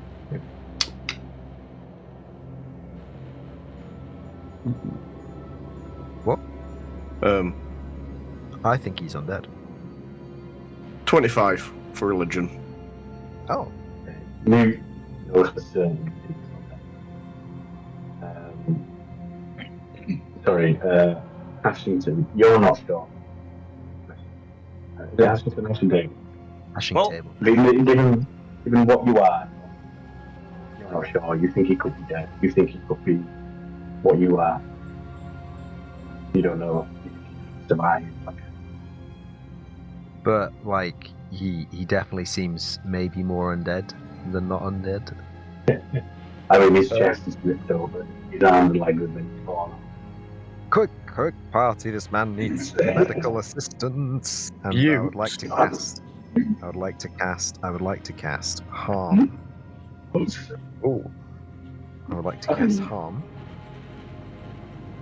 on 2 action level spell concentrate. Spell's a range of 30 feet. I'm exactly 30 feet away from him, as far as I can get, like up to the edge of the square. Not enjoying this. You haven't even got it close than that. No, I'm not going to get any closer. So I'll put you on that. Here we go. Concentrate, harm, 2 actions is 2 or 1d8 or 2d8. This is the thing, you see. And I mean, he's trying to talk to you as well, like at the same time. I know. I'm administering first aid the only way I know how. So he's taking 4 damage if he's not undead, or he's healing 8 HP if he is undead. Use that information. Okay, you see the wounds that the stitch together. Oh. His ribs don't move though; they stay brooding out of his chest, and the flesh that bleed together. Oh. But there's a new child, and you see his eyes open, like before, like whatever you've just done has opened his eyes. There we go. Well, Shart, he's going to take 2 steps forward, and he's just going to be totally oblivious to the fact that this is clearly a corpse that's, right in front of him. And he said, Father Aster, I presume you're Father Aster, but I've been examining your paintings throughout the vicarage, and I'm a great fan. God, yes, truly, my best. No. God, beauty. I love everything. Why have I been given this curse from the foul that instead of my late ways?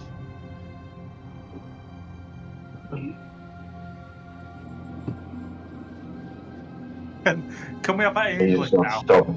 I heard all the disembodied voice, but I couldn't really make out what you were saying. Why is them boy?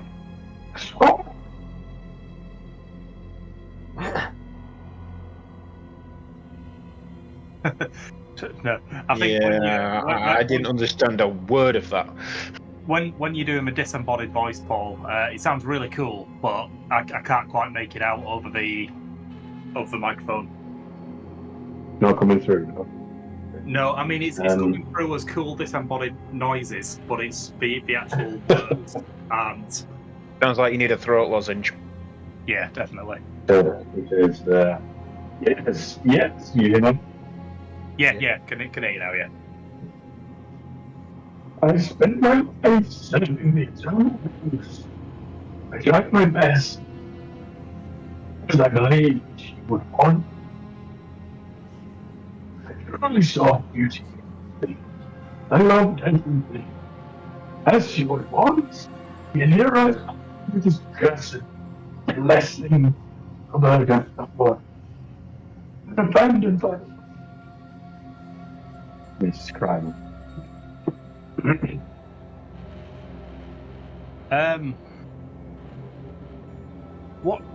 What happened here?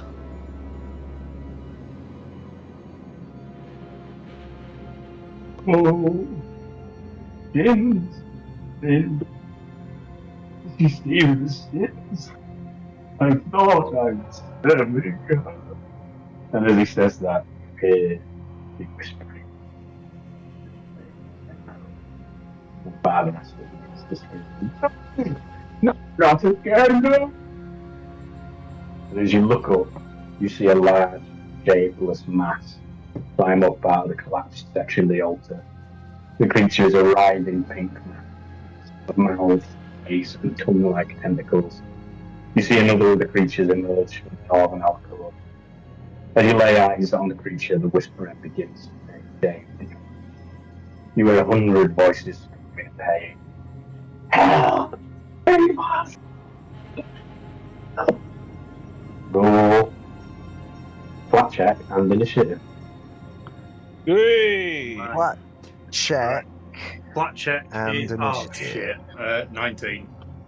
My flat check is 3, and my initiative is 20 plus 2, 22. I'm on a 23 initiative and a 19 flat check. Okay, 5 flat check and a Josh, you are frightened 2. 23 initiative. Oh, shit. Good job with my caster, eh? I'm not sure initiative. down to Richard said 21, 6 flat 9 int. Right. 6 flat on the initiative. Initiative. What was your flat check, Gav? 11 and 19 initiative. My decent Smallborgler said rolls seem to be on the flat tabletopaudio.com. checks. I know. Yeah, when you don't want them. Share the new music with you. Yeah, playing now. So 9 int, 19 int. Lord, what was your initiative? 23, wasn't it? What's your initiative bonus, Josh, with Frightened 2? +4. 4. Okay, what's your side? My initiative was 22. What's your initiative bonus? I'm on. What's your initiative bonus? Oh, it's +7. It would normally be +8, but because I'm frightened 1, it's on +7. Cool. So it's 22 with my initiative bonus. You'll be going before Josh then. So your initiative bonus is for you 23.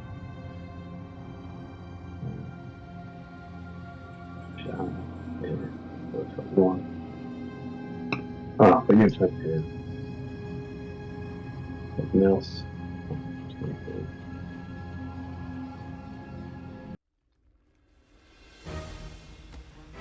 For the loot, what do you get again? 19. Yeah, 19. Okay. And I'll roll for my creatures.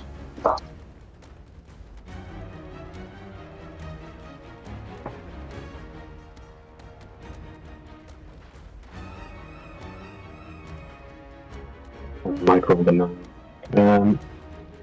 Who moved himself?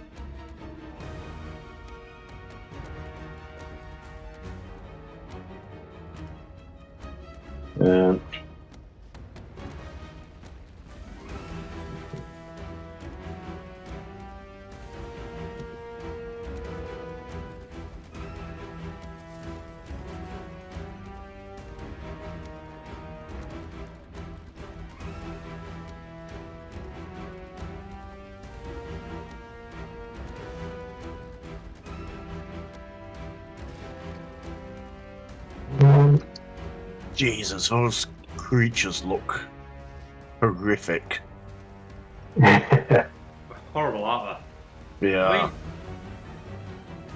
I don't know. Hey, that does That one on the far left looks almost friendly. I just need. Are you talking about the one that looks like a pile of chopped meat with mouths? Well, they all look like chopped meat in their mouths. But if you zoom right in on them, the one on the top left almost looks like it could be, you could have a beer with them on a weekend. Yeah. You drink with I some agree. strange people, Josh. Bill the people I drink with, Right. right here. No, God. it's the bottom right hand one to me, with the eye next to its mouth. Bottom right hand one. I think my map must be loading slowly because I can only see 2. Yeah, so the left hand creature, but the bottom right mouth. It's kind of saying, "Hey guys, welcome to the church. How you doing? Can I take your jacket?" Oh man, as they actually look quite friendly. Okay, they both move towards you. And it is Law catching Abel's turn. Yeah.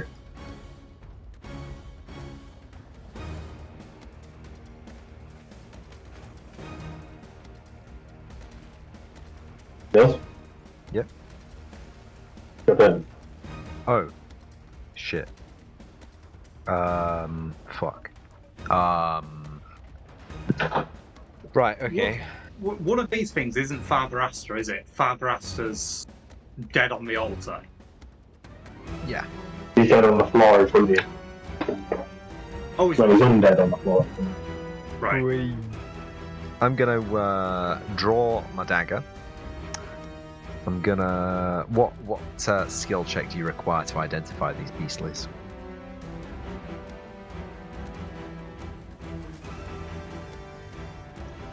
One second, I'm not used to reading multiple issues. Oh yeah. Occultism.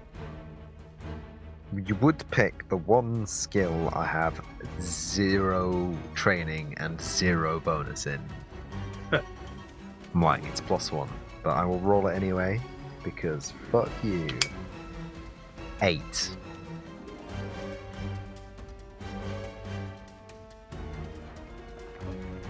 Eight. Okay. 8. You believe this creature is a brain amalgam.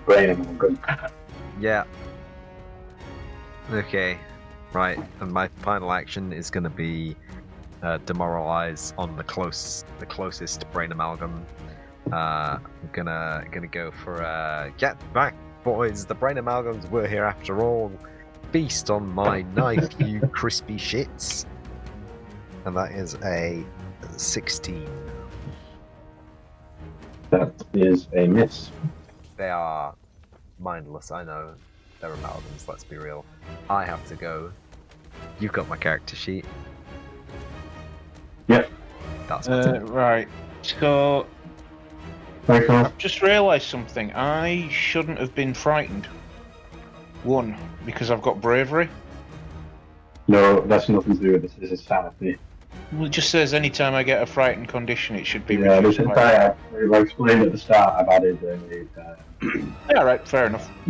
I just thought I'd start mentioning it. It's a mechanic for this. Yeah. This one shot. And the rule is that you're frightened one of the ones. Okay, first action, I am going to hunt prey on the nearest monster. Yeah. I don't actually know what the name on it is. It's not I'm done. going to move up to it for 1 action and then do twin takedown. Do you have your weapons out? Yes, I've had them out for a while now. Because you said you got them out in the bed, but a lot of stuff has happened since then. I've just had them out. I did say I've got my short sword and knuckle dagger out. I'm not sure Grunge has really done anything. It's been Sharks who's been pulling all the paintings down. Yeah. Okay. Yeah, fair enough. I've not really done anything to make me put them down. Okay. Go ahead then. Alright, so twin takedown. There's one action. You roll 1 attack at your first. What? Thingy. Yeah, it's 1 action and it's an attack with each weapon, isn't it? Yeah, one of your first attack bonus. Yeah. So the Orc Knuckle Dagger is 21 on my attack roll. That's a miss. Okay. 21. And then my short sword is... No, I pressed the wrong one. Plus 8. 26. That is a hit. That's a hit. Okay. 8 damage. 8 damage, and that's with a short sword. Yeah. Sorry, what's the new connection again? Oh yeah, that's still going down as an actual. If yes. We only combine the damage if both hit, so that's fine. Yeah. Okay, so 8 damage to first one. And that's the end of my turn. Not yet. This creature uses a reaction called Reactive Gnaw. You deal the gibbering mouth slashing damage. Oops, I've just given away what it is. This opens, as you slash the creature, you open another mouth on its body, and it takes a bite with it. Okay, so what do I need to... What, 21? Yeah, my AC is 19, so that's a hit.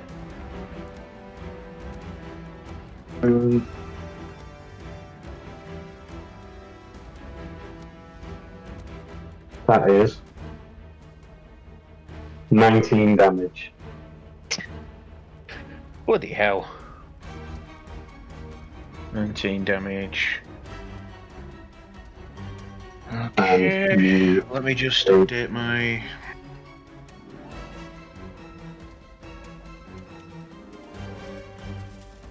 Okay. And you take, sorry, 1 second. 3 bleed as well. 3 bleed. Right. Yeah. But since it's the end of your turn, you can roll to get rid of that bleed. So roll a flat check. Okay. Hang on. So... 7. 7. You still believe in that. So is it another 3 damage?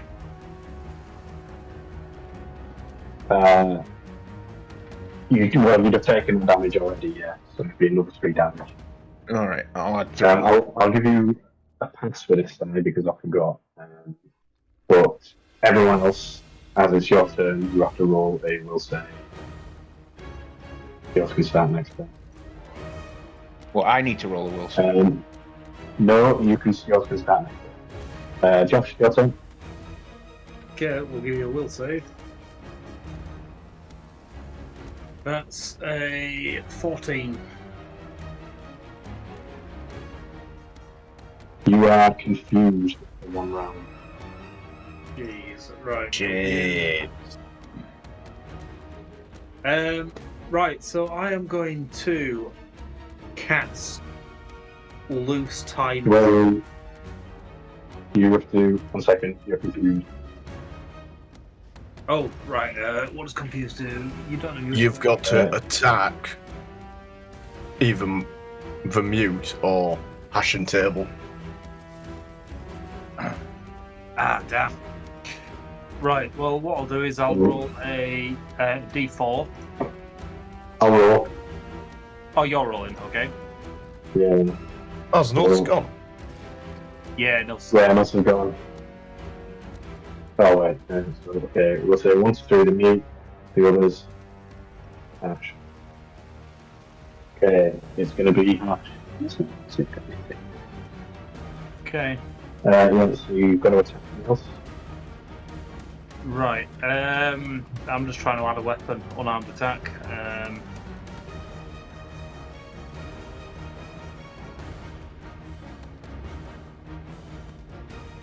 I don't know, is there just an unarmed attack?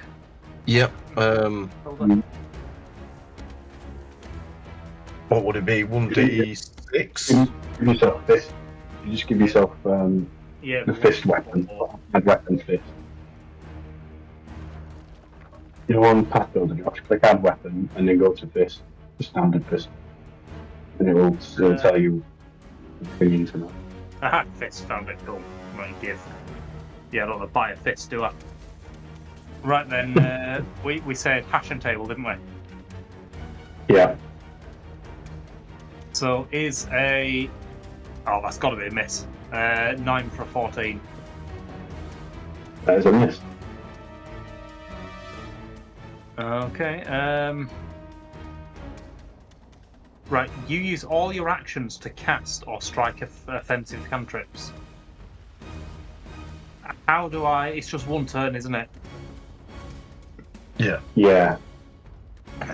Right, what I'm going to do is I'm going to roll a d6. Because I've got 5 cantrips. Yeah, You've done one punch. I've done. What are your cantrips? Gale Blast, Telekinetic Projectile, Daze, and Electric Arc. Okay, I'll roll a d6. 6 is roll again, but it'll just be in the order. 5. Oh. No, what did you say your cantrips were? Yeah. Gale Blast, Telekinetic Projectile, Daze, or Electric Arc. Is Days Oh, that's four. I thought you offensive? said one. Daze. Days is offensive, yeah. So, yeah. Yeah, just D4. Yeah. It's 5. I'll roll this. 4. Okay, number it's a 1, Gale Blast. Right. Well, no, it'd be And you've got the Gale Blast. it's Gav. between a fist or Oh, okay. Yeah. Oh, then we're going to electric arc. And it'll be. Well, you might as well hit Gav with it because they're both. right then. Let's have a reflex save, Gav. We'll roll with them. Range 30 to reach. Oh, electric arc's actually going to hit both of them. Yeah, but he'll need to roll a reflex as well. 25. 12. Hang on, am I going to have to roll a reflex save? No, you're not. No. Because unfortunately, I'm not attacking you, Si. Okay. So I'm not 100% how. What is your spell DC? My spell DC is. Well, let's have a look. 18. Okay, So- so Gav takes half damage. So- Nils takes more. Yep. Right. Okay. Then Gav takes 6. Nils takes 12.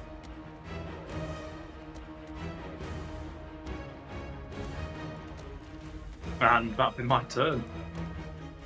I'll put it on path builder before you go. Ah, cheers. Here's another mute.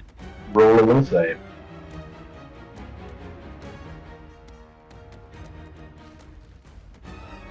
Uh, 14. Oh dear.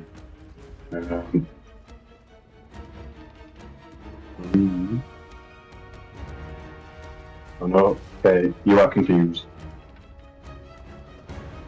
Confused. So your nearest hashed and data or roll d6 for you. Actually, I've been said. So we'll say 1 to 3, shout, and the rest hash. You've got a direct your attack to shout. I'm attacking Sharted. Mm-hmm. He is going to draw his short sword. I don't think you can. I'm confused. No, I don't think you can do that. So you just No. have to punch. You attack wildly, so you're either attacking or you're attacking. You're not wasting an action drawing. Yeah, it says you use all your actions to To strike. Okay.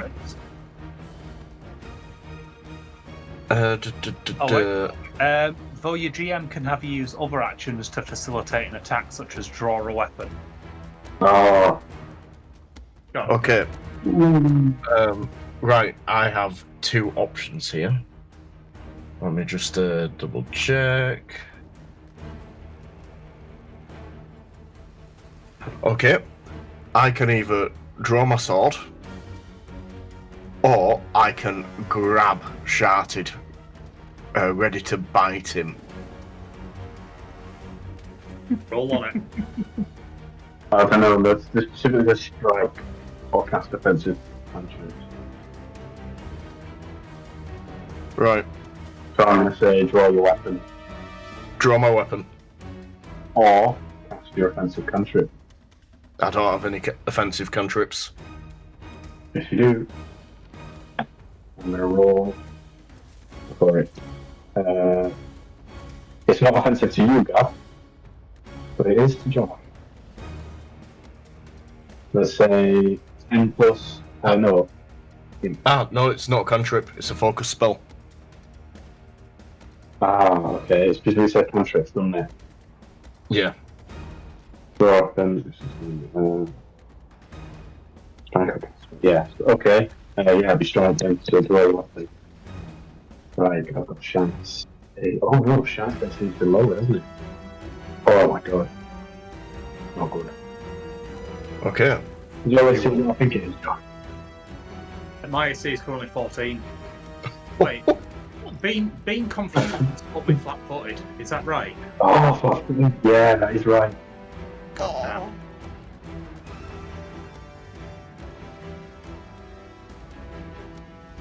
damn. Right. So, draw a short sword. Nat 19 for a 30. God. You know, I was joking when I said Paul's probably going to end up getting us to kill each other. Just wanted to put that out there, just to remind everyone I was only joking when I said that. For what it's worth, my taking damage flat check has recovered me from confusion. I've got a 19. Oh, nice. However, well, you'll find out myself. What damage have you taken? You say you've just Have dealt you rolled it? 30 I've- damage. No, 30 to hit. Oh, that's a crit. Yeah, you've just crit me. I don't have any crit cards, so just roll and double it. I have crit cards. Gav has crit cards. Oh, draw a crit card, Gav. Right. Well, Nice knowing you, Josh. it's a. Are we pulling crit cards just on nat 20s or? Oh, yeah, that's right. Okay, no, just roll double.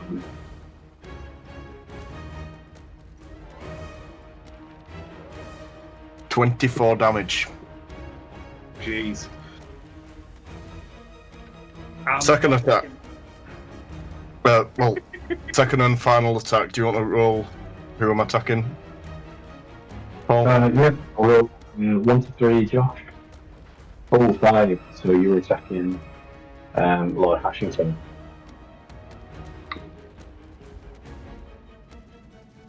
A 9 for a. Oh. 16. As a hit. You know, I'm kind of wishing I'd gone for the Leshy Sorcerer now. Jesus. 15 damage. Oh my god. Well, how much damage do you take, Josh? 24 or something? I've taken 24, I've got 12 damage. 12 hit points left. You're done. This is so much worse than I thought it was going to be. Will save. Yes, we'll save.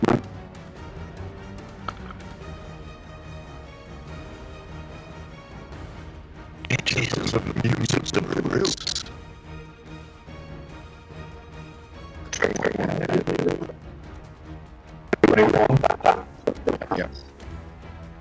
Yeah. First action is recall bonus check. Cool, right? Cool, yeah.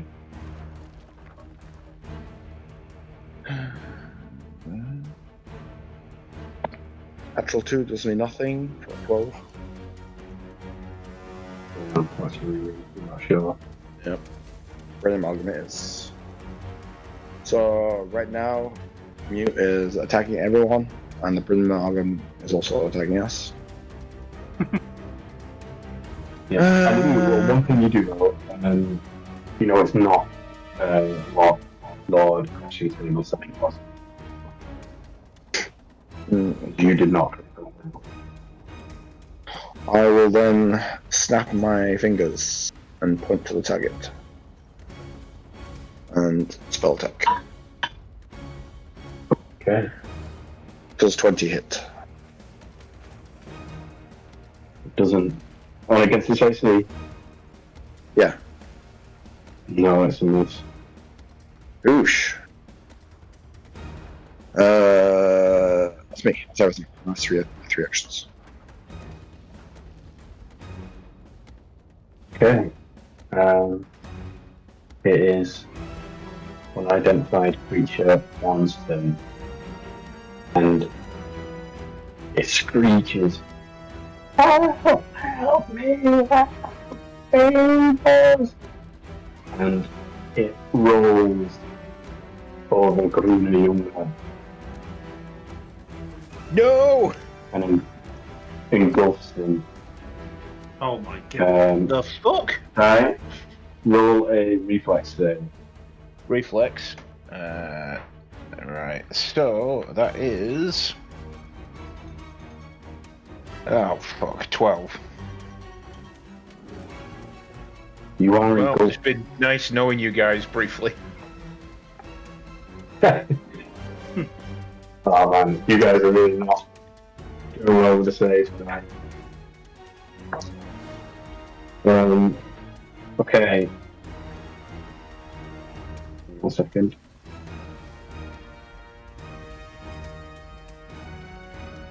Danny, you will trap inside this creature's body and you take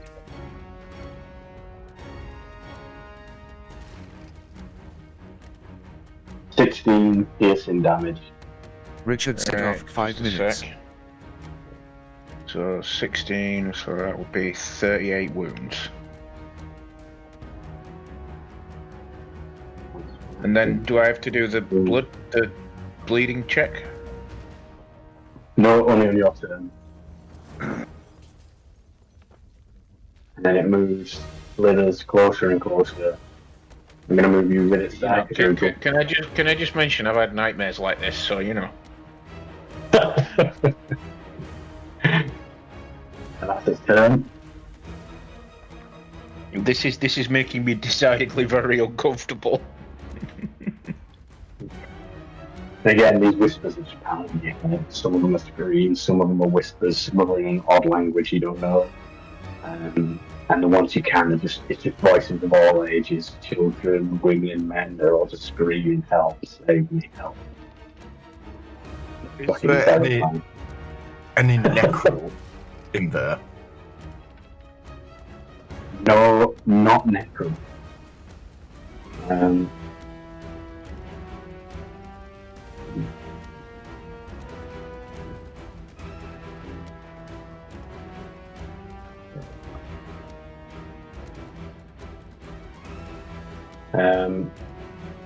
Second unidentified creature is going to try and spit at Lord Crashing Table.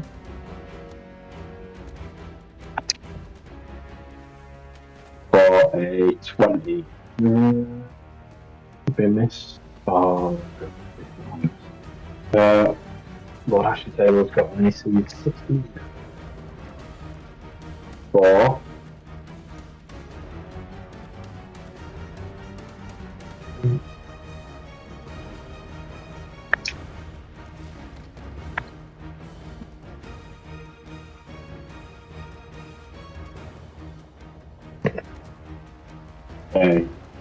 16 points of damage.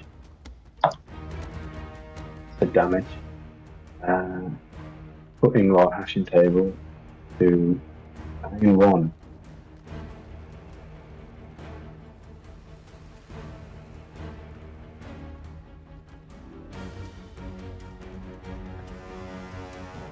I'm going to roll this guy in check. Oh man. He fails, putting him to dying 2.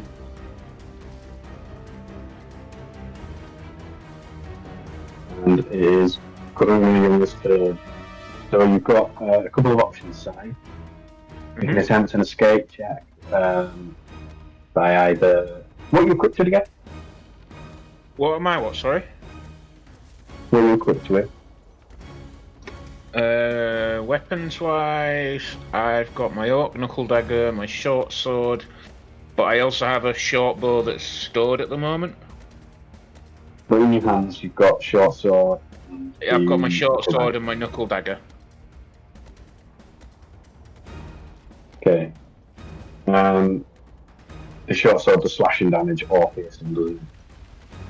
So your options piercing. are, They're both piercing okay, damage. you slowed one side. Mhm. I think the short sword is versatile slashing. Slashing, versatile piercing, isn't it? No, it's agile. Oh no, yeah, you're right. Versatile S, yeah. Your options are to do attack roll against its escape DC, an athletics or acrobatics against its escape DC, or you can use a slashing weapon to try and cut your way out. I'll use the short sword to try and cut my way out. So that's a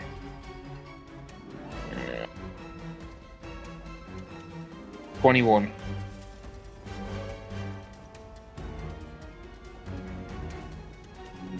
I might pick it. Just check. Might put it to you because you're inside it.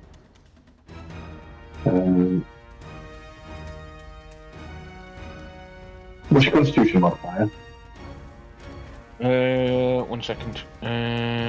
Constitution modifier +2. Okay. That is a hit side. Okay. Roll damage.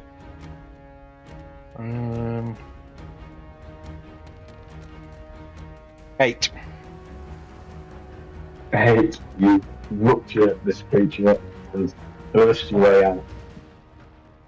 You've got one more action. I'll roll to see which square you're in, so you can be in a possible of 1, 2, 3, 4, 5 squares. I'll re-roll on 6. 2, 1, 2. Oh, perfect. You are flanking. Nice. Well, I am gonna use my last action to. Now, is it still classed as hunted prey? Yes. Well, I'm gonna use my last action to do a twin takedown.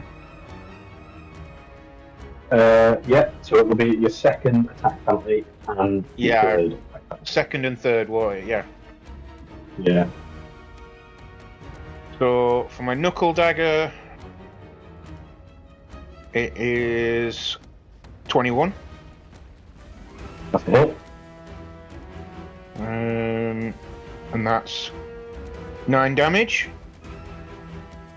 For my short sword,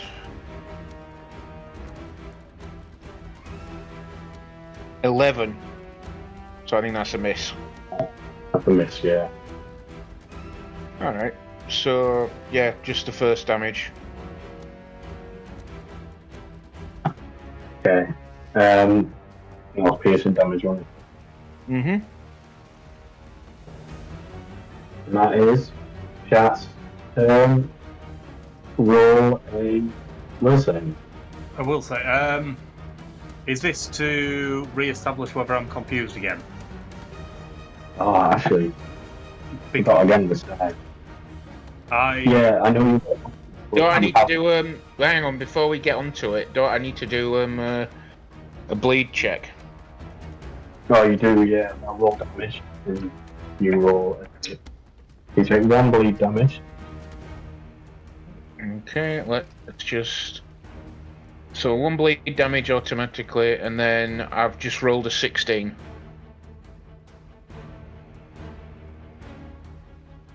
So that's a pass. So you no longer bleed.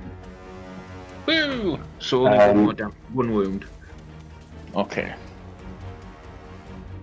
Oh, you got lucky enough. I forgot about your will save against that. Well, no, I was actually just about to roll it. I wasn't going to. Actually, being confused wouldn't change anything. So it's worth rolling in case you pass. Okay then. So if you just roll it now. I am going to use a hero point and re-roll it.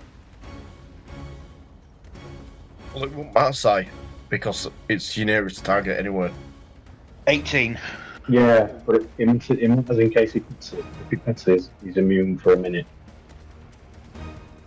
So Bertrand doesn't take it again. I've just 18 rolled. with the fails.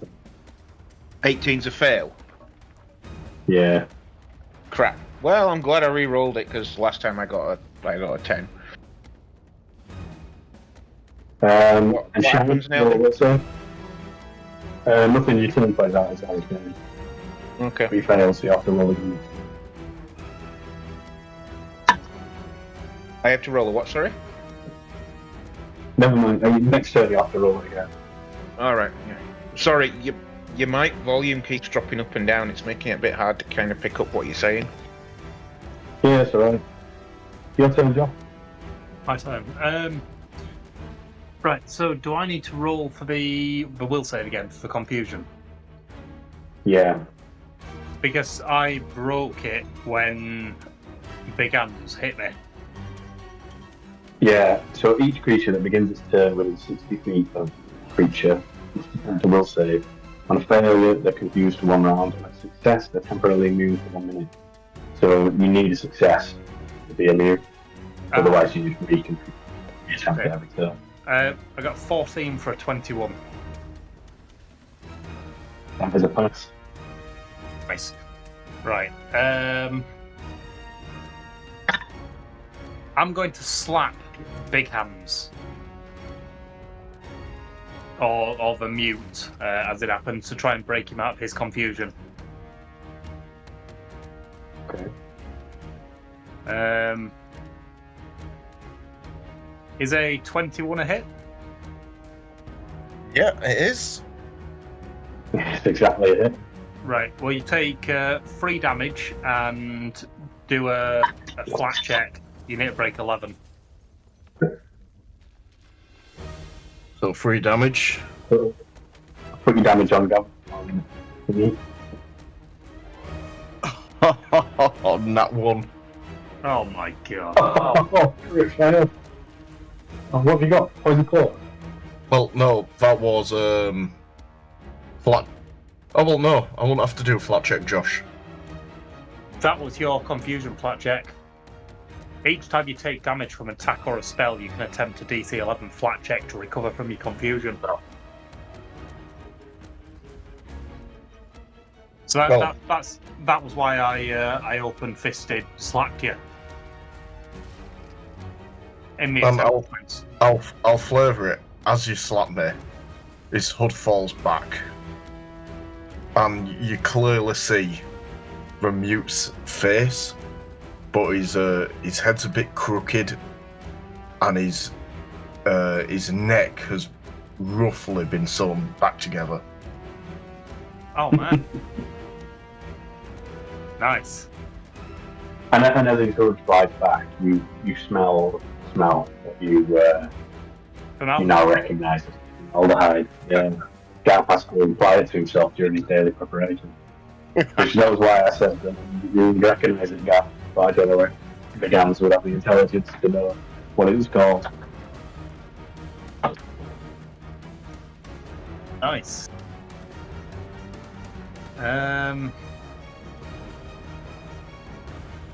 Right, well, I think Richard said back.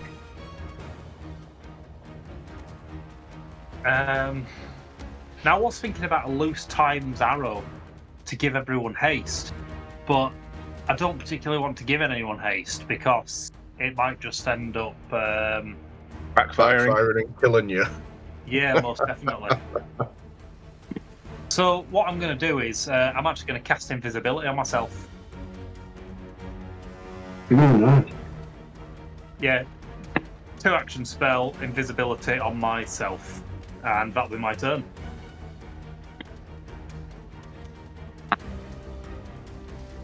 Two spell slots. The mute. Richard said Roll people a will not save. yet. We'll save. Not yet, Mike. Shart is on 12 HP. Oh, actually, Shart's on 12 HP, and Hasselhoff is dying. Oh shit! Can you see the map? I was going to say, yeah, isn't the 27.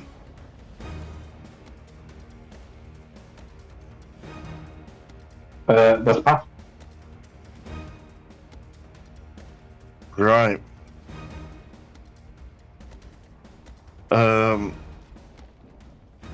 Talk to me about throwing a person. About throwing a person. Basically, sure. Small Borgler said. Sure. As one of my Probably got a specific rule for it. no, I'm just looking at my edicts, We call them. and I feel like the mute would throw a hashing table into the fray, knowing that he's dying on the floor. I want to pick him up and launch him at these creatures as a bit of a distraction. Oh man. Okay, so I'll let you grapple him for free. Yeah. No, in fact, roll against him. Yeah, just roll your athletics.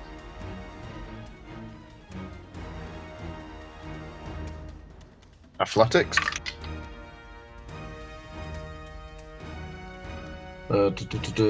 26.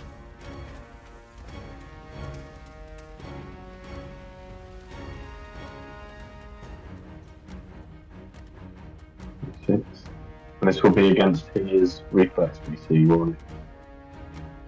That is a critical success. What I'll let you do, Gav, is swap places with him as if you picked him by the legs, turn around, let him go, and you've had to change your position to do so. So Yeah. you swap places with him and it throws him 10 feet into the creature. I'll allow the creature a reflex save. Against your class DC. Against my class DC. So you're aiming for 20. 29? 9? 29. 29. Yeah, pass. Is it a crit or not? No. Okay, roll a d8. D8. 4. Okay, creature takes 2 damage. So that'd be 2 actions. Yeah? Yeah, to grab him and throw him. Okay, final action. He will bash his sword against his gauntlet, and a buckler shield will spring out of it, Nice. bearing the symbol of a skull with one glowing blue eye. And does that raise your AC by 1? Not yet. Only if I raise my shield. Oh yeah, cool. Okay. Bertrand, your turn. I'll be back in a minute.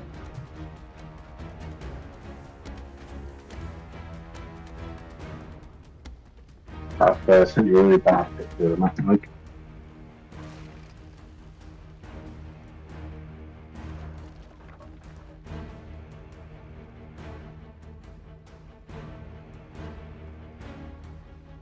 Is Bertrand touching anyone that's trying to hit him right now? Am I still out of the fight? Not sure. Yeah, if you see on the picture, you are at the bottom right. The Gav and Nils have swap places. So you're next to the mute, but the mute is immune. You, Josh, and Gav are all immune to confusion now. Okay, cool. In that case, I will use Scorching Ray. 3 blasts.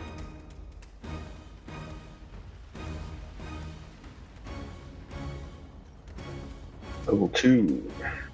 Is that a reflex save? No, it's me hitching. So first one is no 14. That misses.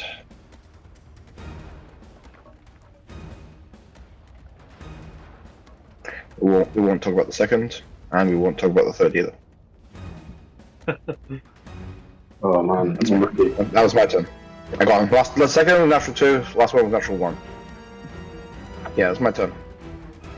Not my level 2 spell. Okay. So that brings me to unidentified creature 1. Okay, I'm going to roll, determine whether it goes for the Ashen Tail's corpse or Guru Younger. 1 to 3, Guru Younger. Oh, 1. Okay. He's going to move back and try and engulf you again. So. Okay, what do I need to do? Roll a reflex there. Okay. Reflex. 29. Oh, that's a pass. So it doesn't engulf you. So it is going to go for a bite.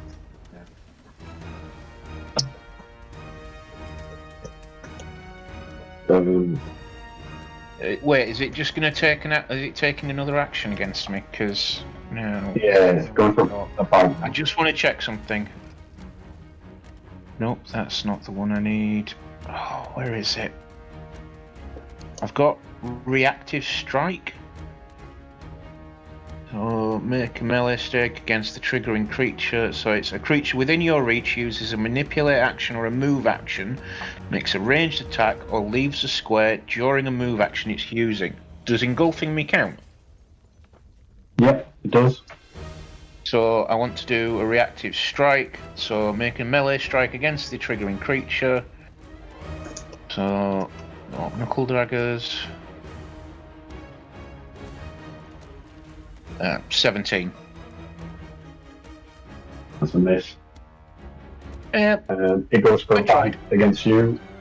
Okay. And that is a 32. That is a hit. Is it a critical hit? My AC is 19, so Yeah. yeah, it's a crit hit. That is. But I want to point out something before you get really excited. I have. Where is it? Where is it? Where is it? Where is it? Orc Ferocity. Okay. So basically, fierceness in battle runs through your blood, and you refuse to fall from your injuries, no matter how terrible they may be. You avoid being knocked out and remain at 1 hit point, and your wounded condition increases by 1. Okay.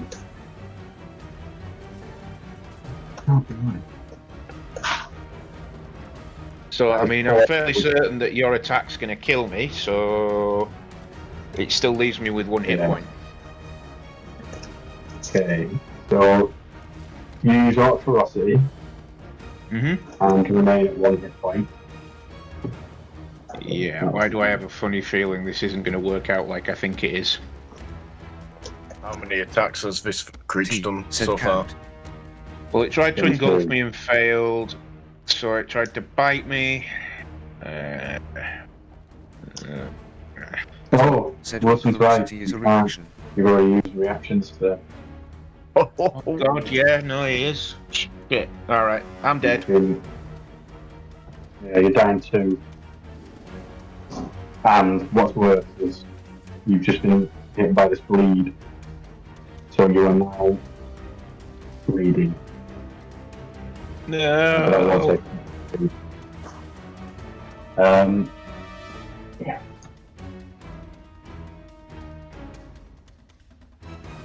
Here's now the other creature's turn, T said you are welcome. and it is going to spit at the meat. Trying to. Thanks, Wilson. Cheers, Wilson.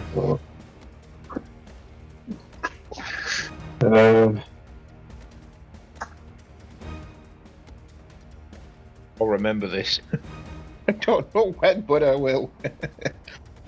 I mean, he's not wrong. My turn. Okay.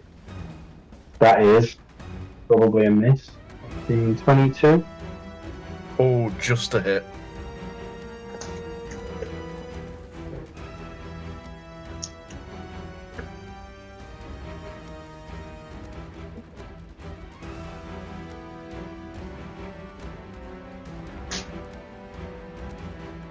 Um,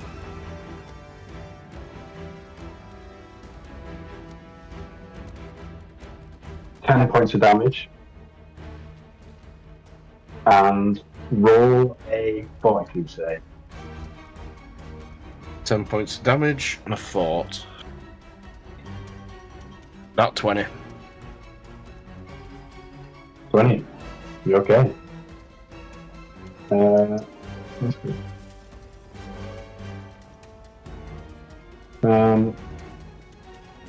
Then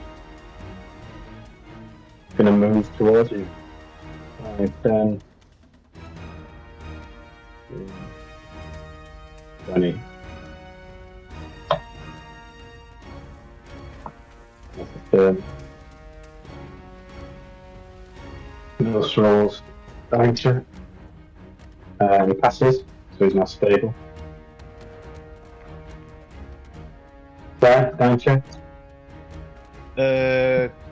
What save, sorry? Dying save. That's a Yeah, flat check, dying, isn't yeah. it?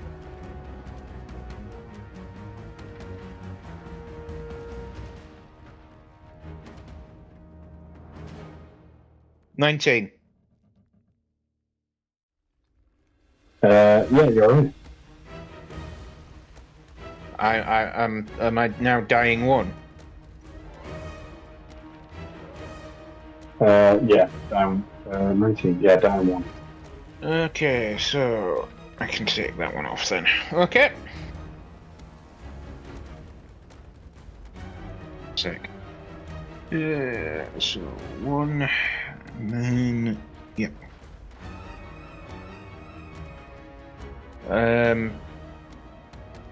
There's not much else I can do now. Roll a will save, Sam. Roll a will I'm save. conscious. Oh no, wait, sorry, you're conscious. I finally remembered as well. And that means it's Yeah. still. Yes, I'll roll a will save in my dreams. Natural nat 20. I'm immune to your will save now, to the fear, or whatever it was. The confusion. But yeah, you don't need to roll it anymore. Okay, well, I'm going to move up to there, still invisible. I'm going to draw a potion and drink a potion. Okay. And that'll be my turn. 2d8 plus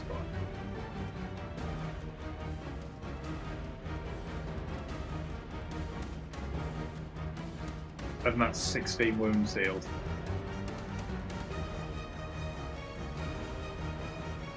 Moves healed. You are. 20. Are you doing stuff? Yeah, I'm doing it, sorry.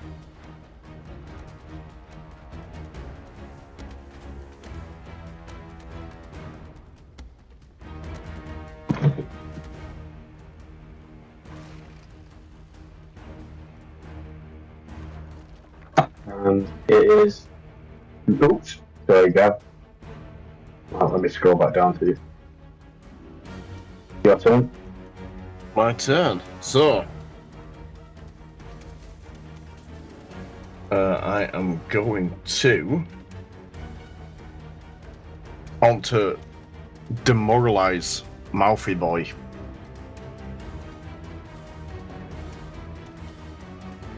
Okay. Which one? The one right in front of you. Yep, one right in front of me. And I'll be using Intimidating Glare. So let's see. Intimidation. Nat 20 for a 26. Ooh. So it is now frightened 2. And Where is it? I'm gonna have to call it a night soon. I have the Aura of Despair. So T you said I see take Gav a brought his minus loaded 1 D20. circumstance penalty to saving throws against fear, and any enemy that ends its turn within 15 feet of me cannot reduce its value below 1. Oh, nice. So, yeah, if it's sticking around, it's gonna stick to. Right, and I'm going to slash at it with my. Oh. Would I have seen Psy slash or pierce the other creature that bit it? Yeah, I think you would have. Yeah. Because that was his first to move. Now, is it one of them or both of them?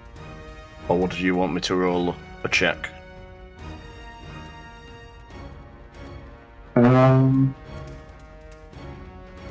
you got a constitution? I do not. No.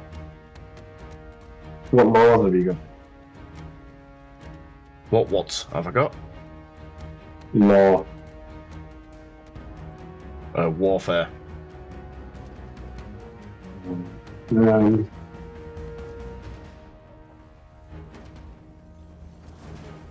you don't know. I mean, they look like the same kind of creature. This one's maybe a bit smaller than the other. Oh.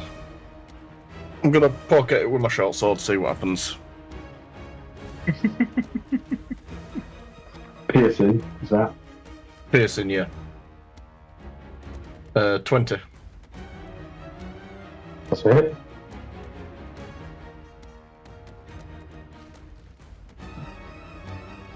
Ooh. 14 damage. Ooh, nice.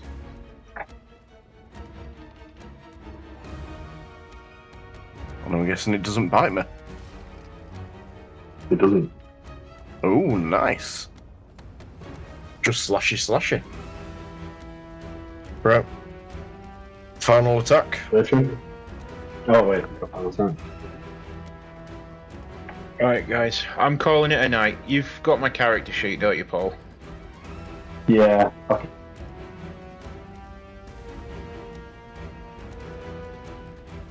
I'm dying anyway, Yeah, mate. but I've got like 3 healing potions on me. If you get a chance, chug one of them and then carry on attacking. Alright. Pretty much it. If you come back up, I'll... Alright. See you guys later. See ya. See you later. Small There's borders. a map. 19. 19 for a 24. That's it.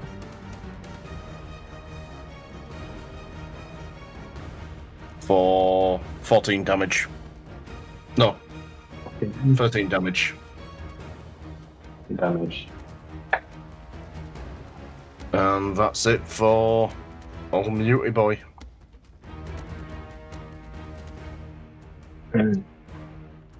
Bertrand, you wanna go?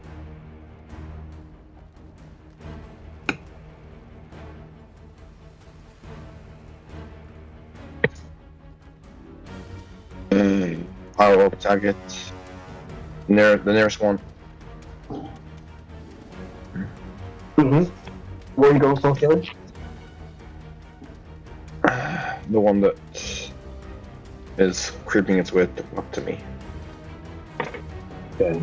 The smaller top one. left, right? Yeah. You're directly next to you. I have directly next to me. Oh, okay. It's diagonally next to you. Yeah. So I will change what I was gonna cast.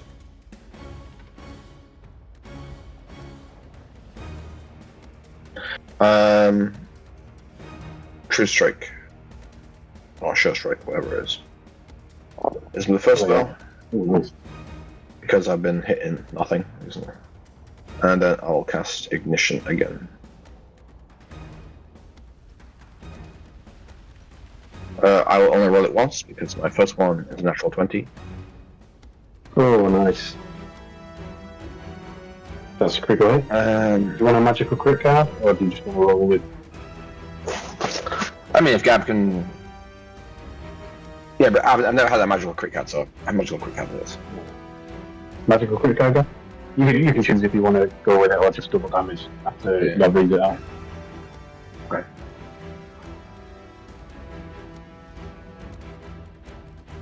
So what's it to be, Gab? Gav?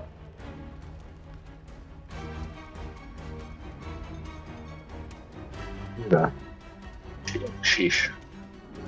I hope his crit card is better than my dice rolls. I don't know. I roll 3d6 for my dice. You Yep, want just to went to grab a drink. What's up? Oh, so Mike, magical crit. Magical Nice. 20. Yeah, give me a minute. I'll grab my cards.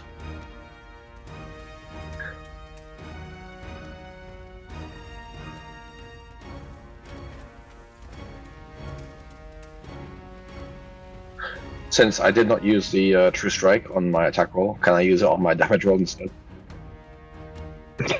Can you use True Strike on damage? No, I'm just Oh, right. begging the GM Okay. right now. I'm playing rolled Yeah, I rolled a 2, but 1 and a 2.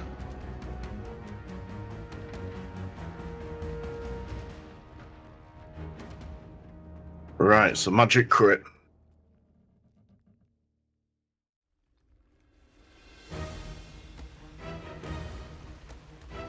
Right, wild surge. Normal damage, and then normal damage again of a random energy type. Roll 1d4. Acid, cold, fire, electric. No, that makes no sense. I'll take a normal crit thing, no damage, and so that'll be 10 damage, and then it also takes 2d4 persistent fire. Oh, nice. Okay. Yeah, the persistent fire just is better than the wild surge, so. Okay. 10 fire and 2d4 persistent. So during let me give away its name again. So this unidentified creature 1. We'll do got 2 corpses next to it. Okay, I'm gonna roll a d6. On a 1 or 2, it will attempt to engulf Gruna Younger. On a 3 or 4, it will attempt to engulf Hashing Table. On a 5 or 6, it will go for the mute. 2 goes to engulf Gruna Younger. I will reflex save for him. Ooh, after 19, so somehow it doesn't engulf him. Can you roll reflex when you're unconscious? Yeah, you can, weirdly. Can you do the same for will saves then? I don't know, I don't think there's anything stopping you. Yeah, because I've come across it before, and it's like there's nothing particularly saying you can. It's like maybe you're dreaming. So it's weird, but yeah, as far as I know, there's nothing stopping you. You just get debuffs from bomb and stuff. I rolled 1 again, so it's either going to attack him or try and engulf him again. I'm going to say try to engulf him again. Gives him another reflex then. That's a 15. It'll be a success. But this time, it's going to give up on that. And engulf Hashing Table. That's 15, so he's alright as well. So that's still nothing, so right? For this creature, this has got persistent bleed, hasn't it? This creature is going to try and engulf. Oh, let's roll. 1 to 3, Gav. Higher, Mike. 1. Going to try and engulf. The mute. Roll a reflex save. Reflex only. 14 for a 21. 14 for a 21. Give me a second. Go. Ooh. Because it's frightened 1, that is a pass. Yes! So it is instead. We go for an attack against. Sorry, Gav, let's see you again. It's frightened 1 now, and it can't get below frightened 1, can it? Nope. So that is -1 to its attack. 8. That is for a 21.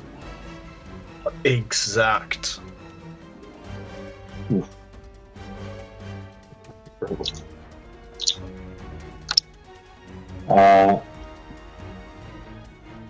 That's a 14. Oh, no. And you are bleeding.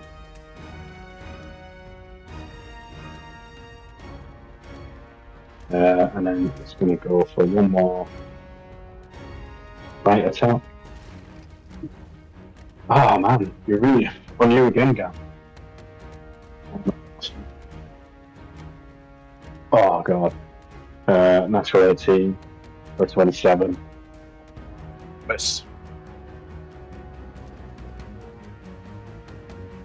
27. Yeah, that one misses. It's fine. That is 18 points of damage. Ooh.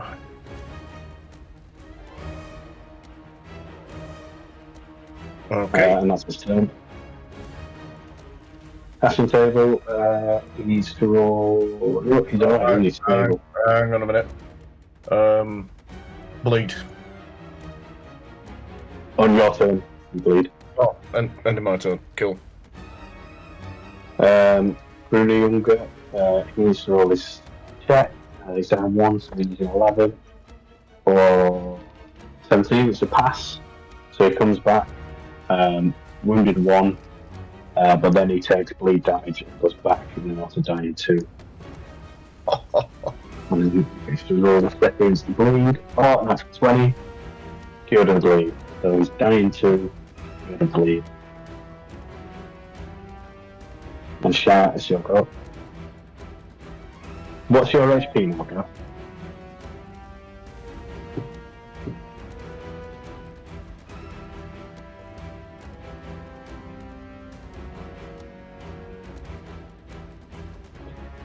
Gav? Oh, me. T said, did you I've roll just that adjusted reflex it. save with unconscious, by the way? What's rules on that, Wilson? I did, yeah, Wilson. Rolled reflex save for Silence.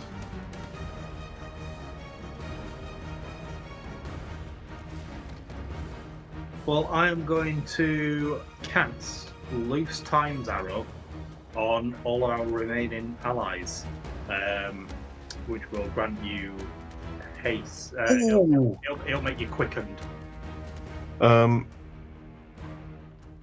Unconscious, you take a -4 T penalty said, wow, to quick reflex. reflexes.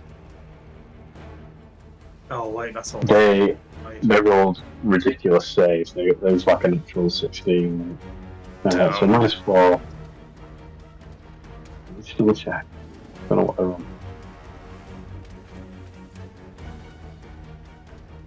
Yeah, size first one was an actual 19.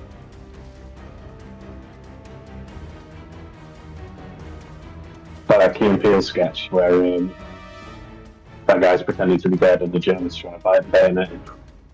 Have you seen that? Yeah. T said, ha ha ha. T said, Oh. muscle spasms. Actually, Mills would have failed on his natural 16. Yeah, hands off chest piece now.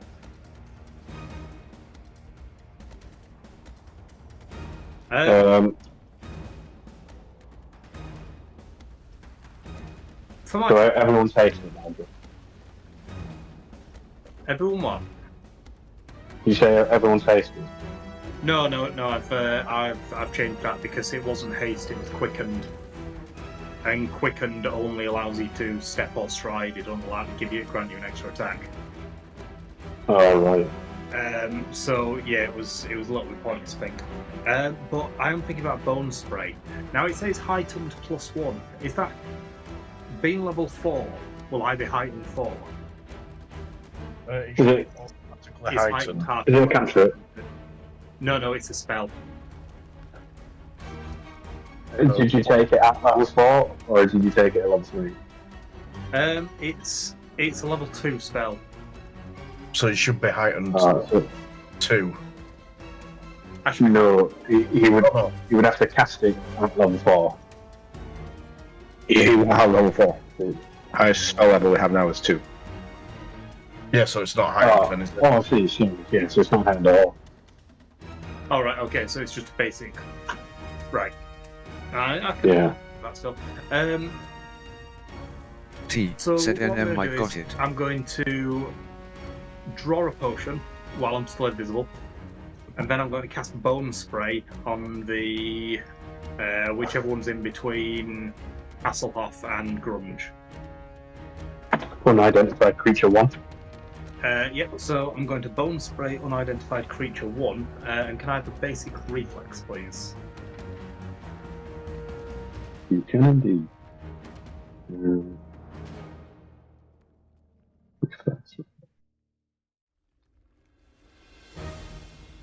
24. Right, my thing is 18, so that's a save, isn't it? Half damage. Regular pass, half damage. Right, so that's 2d10. 16 damage, so 8 damage to you. Okay, so you have any additional attacks? Persistent bleed damage. 1. Oh shit. Just a big one. Well, you fire a torrent of jagged bone shards from your hands, dealing 2d10 piercing damage and 1 persistent bleed damage to all creatures in the area. Oh no. Radius? What's the other? It's a 15-foot cone. So oh god, have I just killed Hasselhoff and Grun? So you've got Said ha ha ha, nice one, Josh. Right. so you've got unidentified creature 2. Oh no, you could change your code so it only included Said Gruna last line of the and spell. not Classic mistake. hashing table. I think Michael knows. It's going to get one of them. If you range it down, you get both creatures. But So it hits. yeah, well, The spell hits everyone's own as well, Joe. So they've got all the reflex save as well. The way Whether that's, you hit with it. the way that's written, that sounds like you center a cone on your target. You deal No, two it'll be from you. and Well- then any creatures in the area then take the persistent bleed. What's it called? it's God got damn it, Josh! right. Well, if it's centered on the No. target, that's going to hit. No, it's centered on Josh. It's 15-foot cone from Josh. Yeah, from Josh, but the way it reads, it deals 2d10 to one target rather than the entire cone. I think everyone in the area is targeted, no? Yeah, it's everyone in the area. Well, Oh no, 2d10 piercing damage and Well, it's all one creatures. persistent bleed to all creatures, yeah. Yeah, so you could move your cone. So, Garuna is at -4, is he?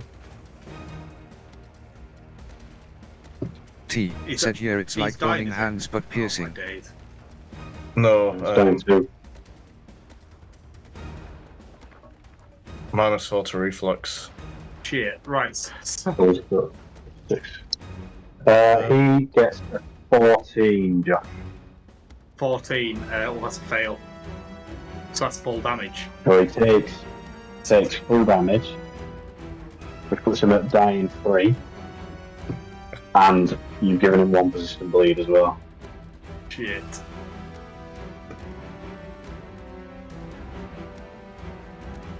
You know, it seems to be a bit of a common thing that I should really read the entire spell before I cast it.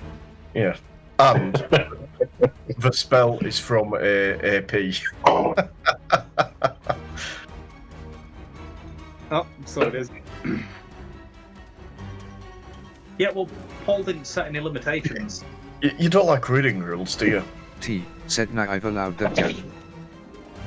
Oh, well, it's not that. It's I specifically said to Paul, are there any limitations? He T didn't said, say. sudden bolt is Go, go, go. AP. And there you go. Wilson says he allowed it. Right.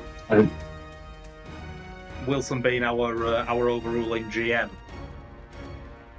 I'll go with what he says. Oh yeah, that Paul. We're overruling you. I would have disallowed it. Being from an AP. T said, you didn't even read what I said.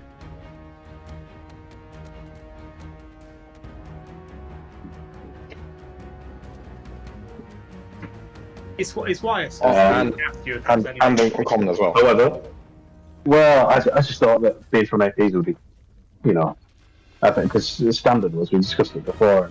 I know that Southern Bolt is from AP, but Mike specifically requested it. I think on general rules that we don't do from APs because we could be using from the future of Ashes if we allow it. Oh, saying that, Wilson threw a weapon in from an AP as well. Into Ashes. How dare he? Into the treasure. Oh yeah, he did. Yeah. What was it? Repeating. No, they were a Anyway. scorpion whip in Mwanga. T Oh said, yeah, the "We carry scorpion on." as well. Right. Gaff, yes, sir. Yep, he's going to stab at Mouthy Blob number 2. Oh, for a 14. Oh, I'm There's a miss. not visible now either. Okay. Second and third action. He's going to grab a bottle of black liquid off his belt and drink it.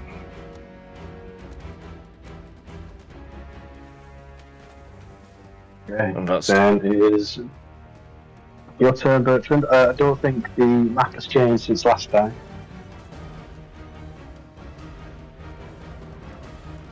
If I'm still touching that creature, I will reach Yeah. over.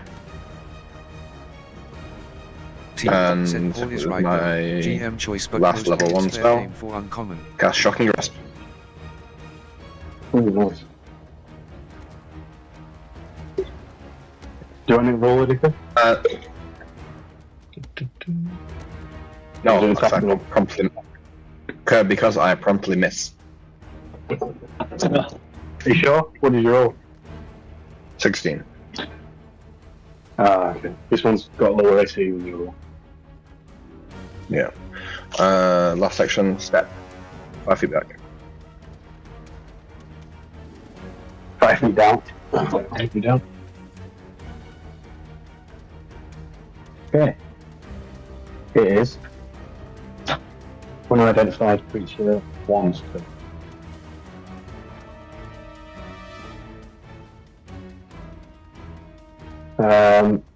Let's see. It's, we'll say, same again. Or Shat has just been bone sprayed actually. So I'm going to roll 1, it'll go for Goldoom, 2, it'll go for Hashing Table, 3, it'll go for Meat, anything else, it'll go for Shat. 4, it goes for sharp.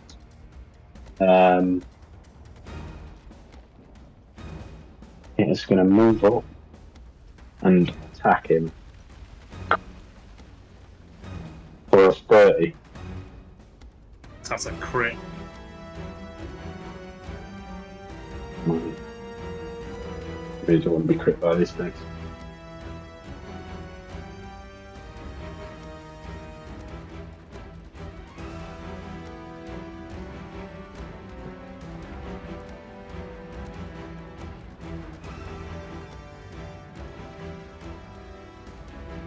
Oh my god.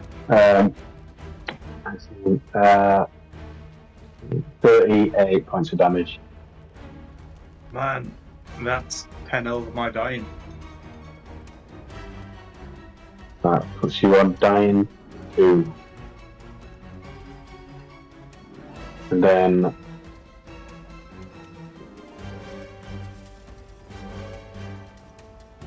he's going to 1 or 2. He's going to attempt to engulf you. Actually, so going to move on top of you and roll the reflex save -4. Okay. Not -4 to you're frightened, -4 altogether. So just a further -2. Alright, okay. That's a 12. That's a fail. So you go to dying 3 and you are engulfed. Nice.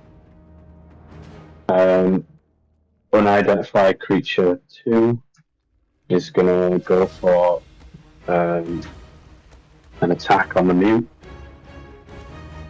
Oh my god, natural 20. Oh.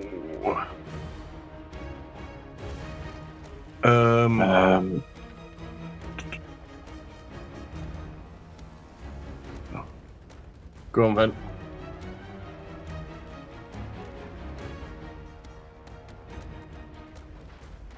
An 8 and a 7, Gav. 2d8. 8 and a 7. 40 points of damage. 40. Yeah. Okay. And I am going to use Orc Ferocity. I'm still standing. Standing up, whites in your eyes. It is gonna. Let's see. Roll the dice. You can either try and engulf, ashing table, a mute, or you can move towards Bertrand. So it'll be 1 to 2, Nils, 3 and 4 you grab. 6, it's going to move towards Bertrand. It's going to go diagonally across. It's going to take a second attack with its jaws. For a 14.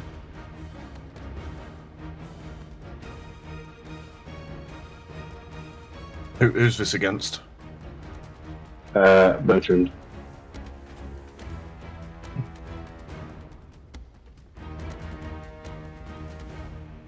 Sorry, I missed that. Someone came to talk. So, It missed. I think it missed you. 14 to attack. oh yeah, 19 AC. Kind of low, but 14 even low.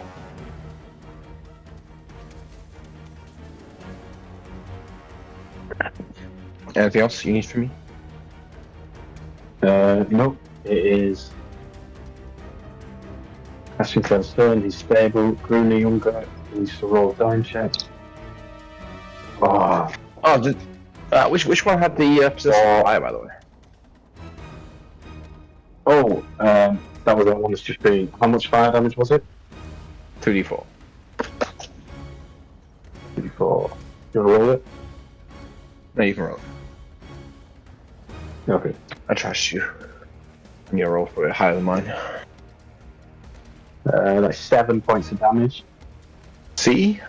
That's nearly max. Does it recover? Natural one on the recover. Nice. Did he move in close then to hit me? Or did he And then he reach? missed. Ah, okay. He moved in, no, he doesn't have reach. Bruno Younger rolls a 4 on his recovery check, dropping him to dying 3, and then takes 1 point of bleed, dropping him to dying 4. I'm just going to check if he's got Die Hard.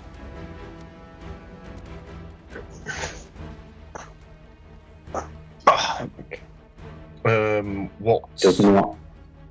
What heritage does he have? He doesn't have the 1, because I've got the whole scout off, which gives you Die Hard. Yeah. He's got trauma. So Bruno Younger is permanently dead. I don't know how to remove him from the map, so he'll just have to stay. Shat, you are dying 2. You are trapped inside the body of this creature. I'm dying 3, not dying 2. T, said Harip. Why down 3? Because I went down to. Well, I've got myself marked as dying 3. Oh, yeah, God, you're right. Yeah, because it engulfed you afterwards. You engulfed me. Yeah. Roll a recovery check. T, said R click and delete from tracker. Oh, no. It's 13. That's a 7. So 10. I think I'm dead. Dead. Man. Well, Yeah. that's the end of Shart. That is.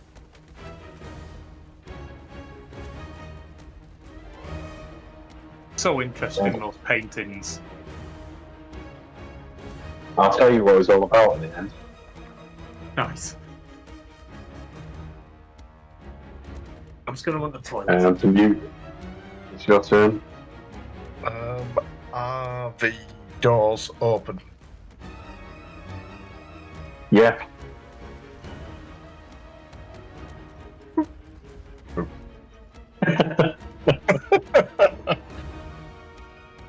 And then next to actions, my black liquid. Okay. Bertrand, let me just send you a picture.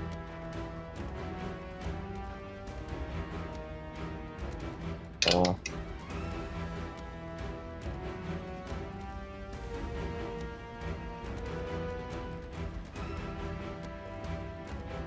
Is the one nearest me looking the most damaged? It is, yeah. Gav has the big hands has fled the building. Shattered. You probably don't know this because it's inside the body of the mouth, but Shattered has permanently died. As has Queen Younger. So am I the last one standing in this room? Yeah. And this one nearest me has persistent fire on, right? That's consistent fire.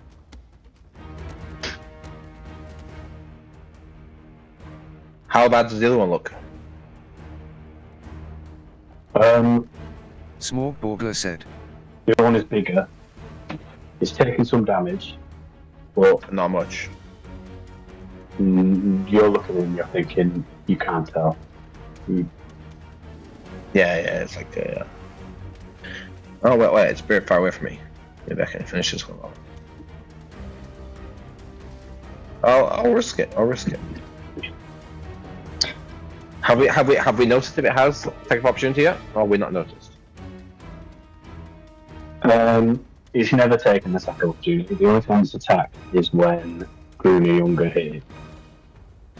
Okay, then I will try this. Immolate. And I'll reach over it and touch it and try and set it on fire.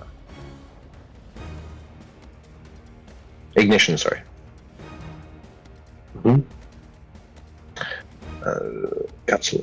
cast.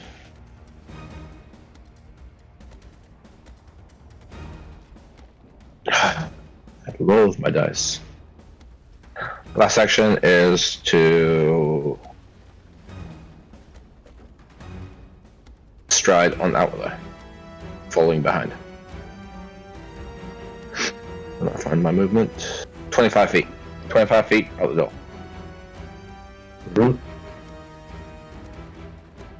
Hopefully I'll move.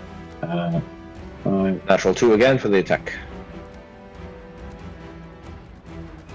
Okay, you are out the door. So you cast a spell. Did you close the doors behind you? Oh, that's your actions, isn't it? Yeah, I have no interest in closing the doors. I'm running. Okay. I might stand outside a little bit, wait for the resistant fire to try and kill it off. Unidentified Kind of creature move 1 myself. engulfs. That's going to spend his whole turn engulfing Lord Hashing Table. The second one moves into the door and attempt to attack you. Into a miss.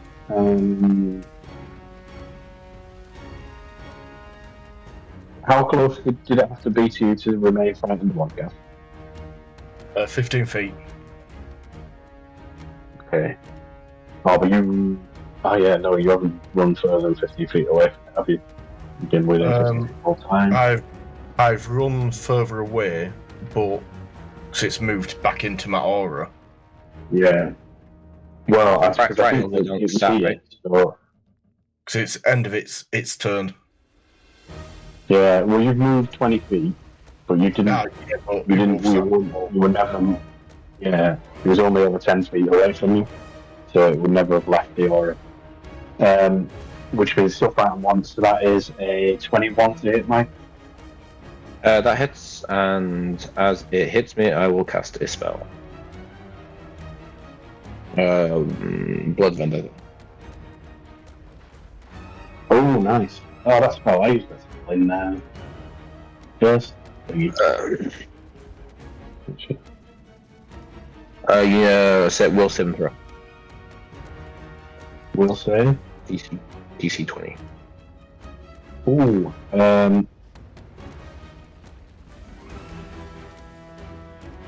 that is a 11. You take 2d6 persistent bleed damage. Ooh.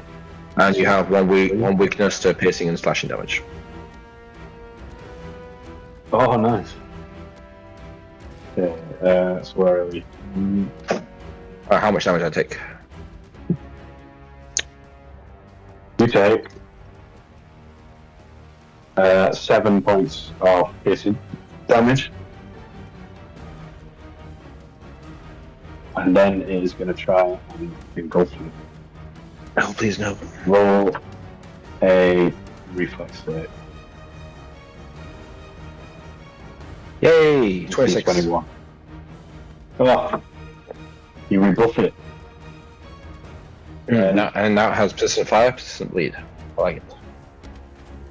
Oh yeah, I'll take that damage now. It's going to be 6.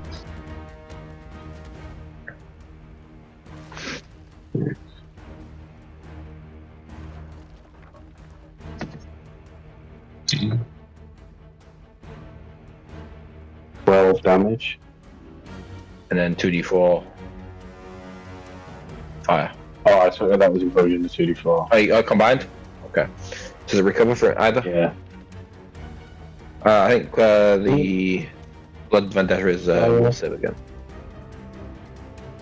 No, it doesn't recover from either. Lord Hashing Table's turn.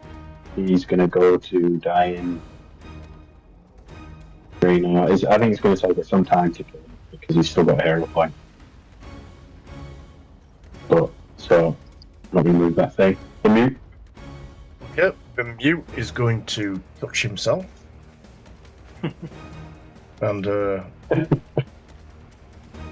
and heal a few points.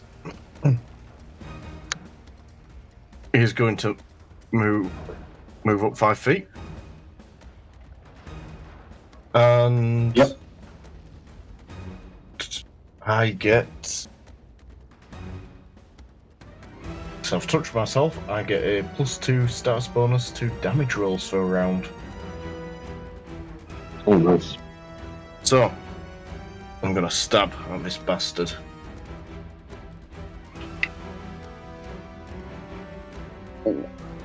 Uh, 18 for a 39. No, 29. 29.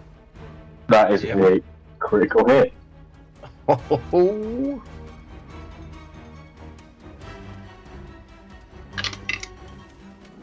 oh, double sixes. Oh, So 12, 16, double that. No, 16, 17, 18, double it. 32, is it? No, nice. 36. 36 damage.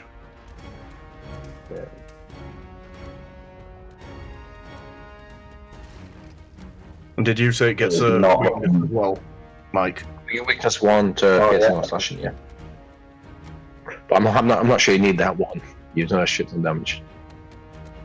Oh, He's always looking need in really bad shape. It's still up. He's still up, but he's not looking good. Okay. Right, that's Endermute's turn.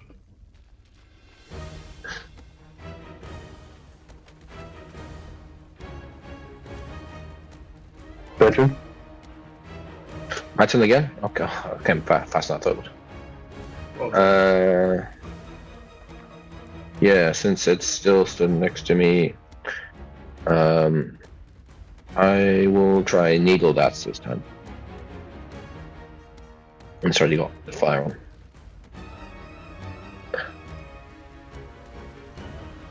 Yeah. Natural 3 sometimes. You're rolling 5 foot step back. tonight, man. Yeah, I know. 5 foot step back. That's me. Yeah.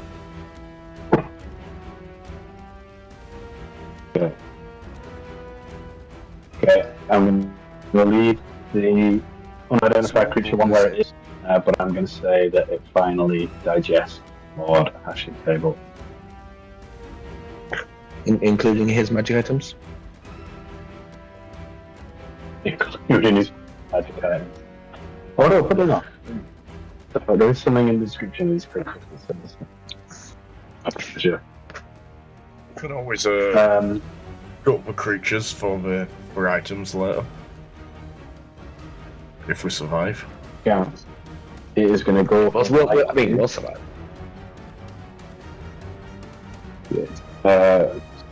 We're leveling 29. Hits.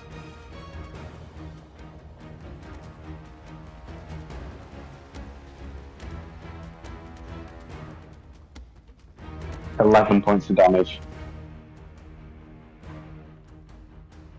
Alright. And Still standing. is going to go for an engulf. Roll a reflex save.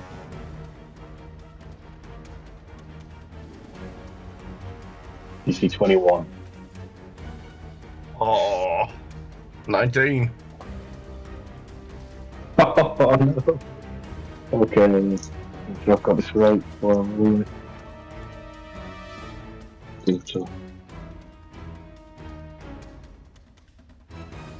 Nope. 9 further points of damage. Okay. Damage 9. Yep. And then it's got one more attack. It's going to go for an attack on I'll be back in a second. Bertrand's going up and... Oh man, natural 19 for 28, Mike. 28 to hit. Yeah. Yeah, that hits. Just one off a crit.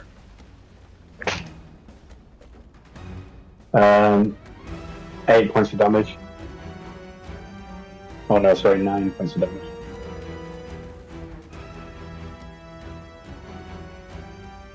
Yep. And then it takes...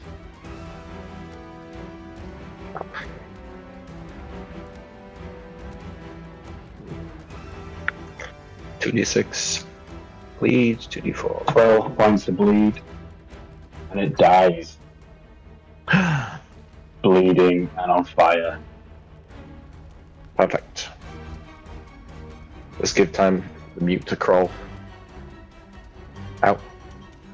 We're still in initiative.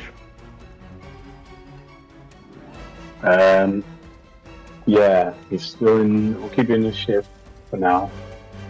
Okay. But it will be the mute's turn. Said with a lot of screaming, I imagine. Oh, okay. Yeah, with a lot of screaming. Right, I'm back. Help me! Okay, he took a further 9 points of damage. Go. Right. When you're in goal. Hang on, 9 damage in the engulf. Or is that When you 9 were in engulf? goal. Did I give you them? Did you take them? I mean, you said them, right? Yeah. Okay, and then it died of its bleed, of its persistent damage. Okay. And it's your turn. What HP you want, Mark? 30. I've taken 2 hits so far. You're on 30. 30 out of 46, yeah. Right. 5-foot step, close the door. Okay, doors are closed. Perception on the blobby face creature. See if it's the Which one? dead one. It's dead. It is very dead. Did it have any It's goodies? just like it sort of bubbled into a formless mass. And it's still faintly smoking. Right. The mute will look at Bertrand and shrug his shoulders. Looking at Well, her, we got enough information. pretty worse for wear. Did the small one eat anyone? Yeah, they The small one? No, the big one ate you. Oh, okay.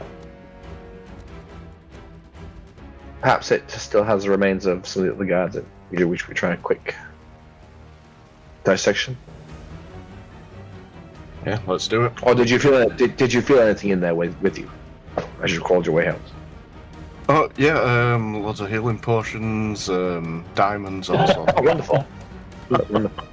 No, yeah, like I'll tell you, there's nothing in there. Maybe some like half digested bits of plate mail. But Yeah. Oh, it's not like guard insignias or anything like that. We can bring back as proof. For what it's worth, if you can get to my body, which is inside of the other No, thank you. horror, there's 11 minor healing potions and 11 lesser healing potions. If they don't do shit for me. Good luck for you. Well, they did shit for him as well. Yeah, they'd kill yeah, me. you do see something with the guard insignia on mine. Okay, well we'll take that. It's just a small piece of chest piece, plate mail. Okay. We'll bring this back as proof of their deaths. I don't think we can fight the big one by ourselves. What do you think? Is the... What's a chapel made out of? Internally, there's a hell of a lot of wood. Externally, the exterior is stone. Internally, a lot of wood. So with we a can't, floorboard. we can't really burn it down. You can try. You can Ignition start it does going, but wonders. the only thing you'd have to start it going now would be the Said you see a door. gold star-shaped Door. badge that says no one It's guard. dry wood, it's dry, and if you started it going, it would go up and down.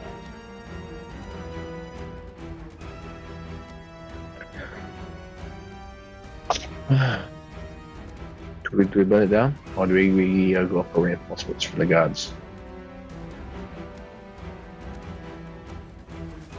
The mute just looked at you blankly. I mean, this our primary goal was right, just to investigate what happened to them, right? That was our primary goal. It's a few hours ago now, but it was. Do you want me to read it to you again? Yes, please. Rumours have been circulating of a massacre at Chitterwood Abbey. Father Astor has not been seen in 2 weeks, and a contingency of guards sent to investigate has not returned. A reward of 2,500 gold pieces will be given to the one who brings those responsible to justice. I mean,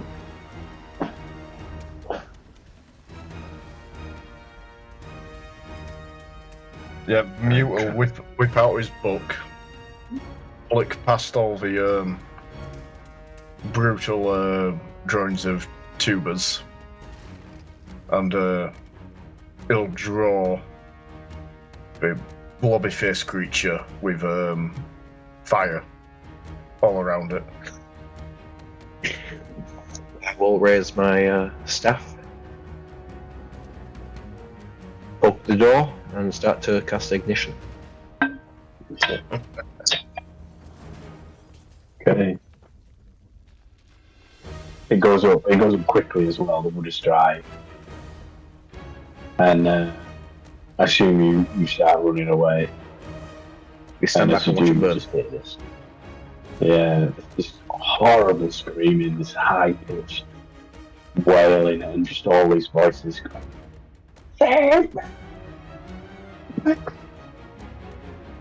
And you just stand there, and once again, Bertrand watches this huge stone building slowly burn down in flames. And this time, Big Hands is not inside it. But the two of you watch and wait and wait and wait to make sure that nothing comes out of it. And once again, only when you were certain that nothing's going to leave, you finally start making your way back to Origin. Not yet.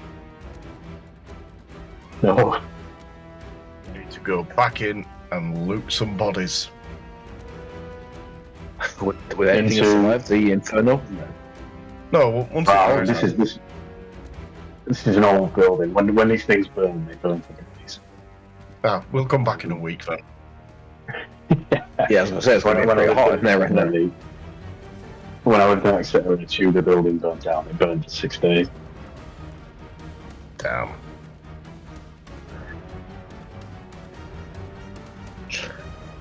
Yeah, we can keep coming back to periodic checks. Yeah. Yeah. You've got a hell of a lot of gold to collect for them. How have we? No, Have we done enough to get one responsible? Is that enough? Is that Said so it? they come back and have You- a fight on you, your side, right paw. You stand there for, I would say, you tell me how long you stand there. I would. Well, given that it's going to burn for a long time, I'd probably leave and come back and to investigate the rooms later. I wouldn't stick around. I would try and work my way through the Asher remains. You hear the screaming for about half an hour. And after that, the screaming stops, and the blaze continues. Say you stay for another half an hour, another hour. You don't see any movement. You don't hear any more screaming. That's good enough for you. Is it good enough for the gold, though? That's what I'm worried about. Hello, we'll just show the barkeep T Mute's said you picture. can look that up later. Face with tears of joy. Well, okay. Neat amount of my brains. That's all the proof it needs. Well, you've got that piece of armor. You go back. You know, they can send scouts if they want proof. Okay. That's fine. Let's go back. Oh well, I mean, you stood, what, you stood by the 1,000 body. each? You stood by the body of one of these creatures. That's true. That's true. Probably take some back of this. 1,250. 1,250. Maybe a little mentally scarred, but otherwise okay. Good times. Well, as okay as considering what both of you are.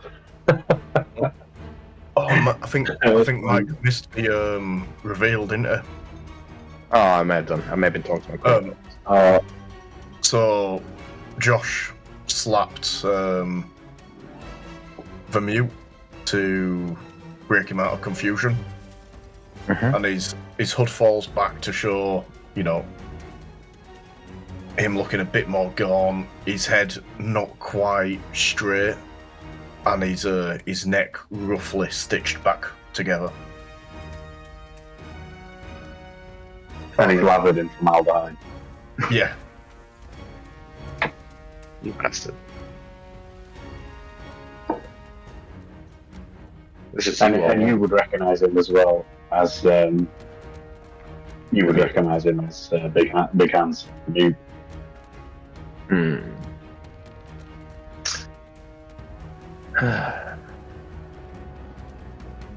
So we have a truce.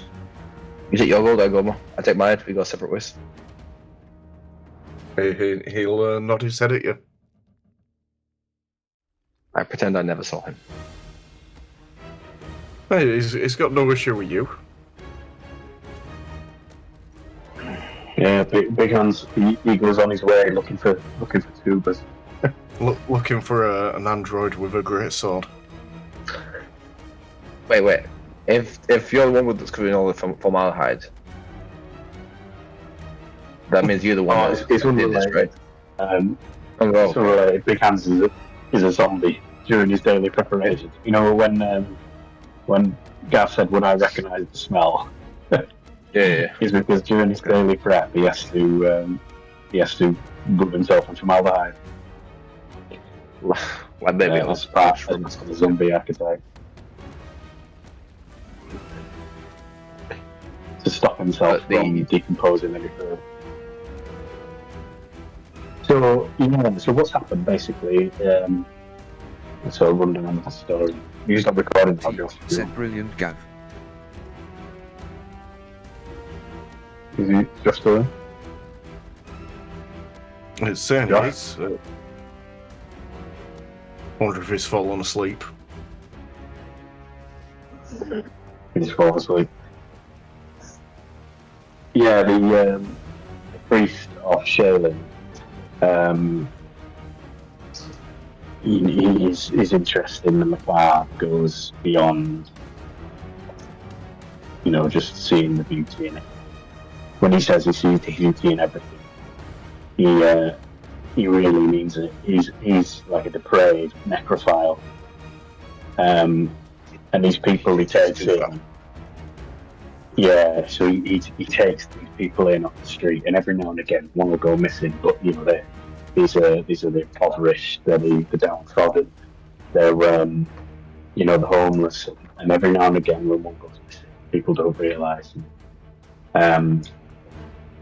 These are they ultimately end up as his victims, and he keeps them as his playthings for a while. Those paintings, of the man eating the flesh. Whilst aroused of the man next to the corpse bride, the body in his bed, those are all him and his depravities. Those are self-portraits.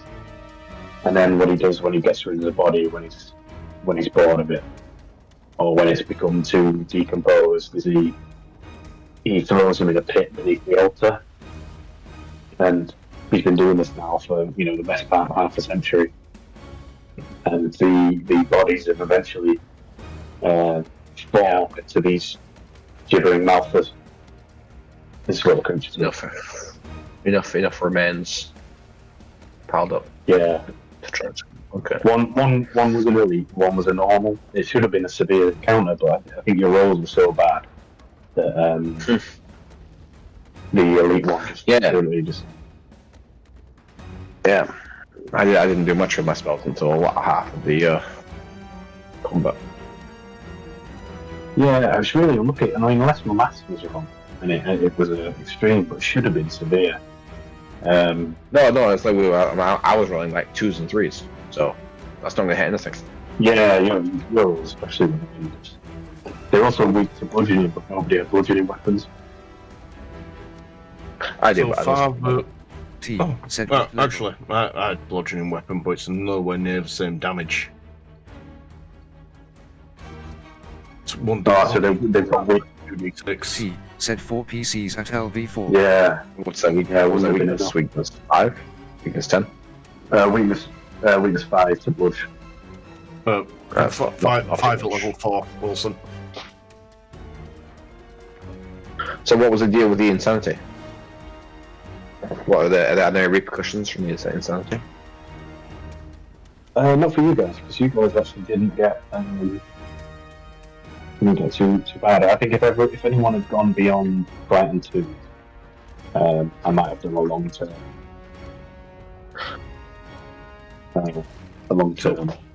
Effect. What's the deal with Father Willis? Like, had he ever been up to this chapel before? Said 140/150 for severe. Yeah, he used to help out here. Like he said, once a week he would come up and he would assist feeding the homeless and everything. So he would have seen all the pictures, wouldn't he? He would have seen some of them. Yeah, so he'd have seen the two that were up in thingy. He wouldn't have noticed the trickle of blood. But he would have seen Corpse Bride and.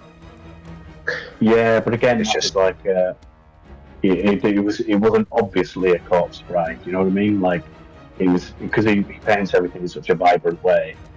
It was just looking closer that I think it was shattered, wasn't it? You saw the sort of characteristic signs of decomposition on the body.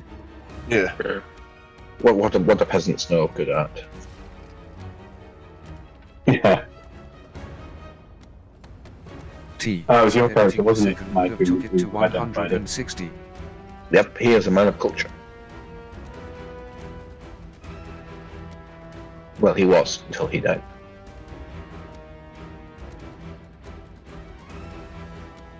Smorg Borgler said the second wasn't elite. It'd be interesting to see the insanity coming. Yeah, so I think- Good bounty, mate. Yeah, I didn't put initially there was going to be like a minor encounter, but I decided not to put it in because I thought there was a chance that the insanity would weaken you. So instead of encounters, I went for this insanity thing.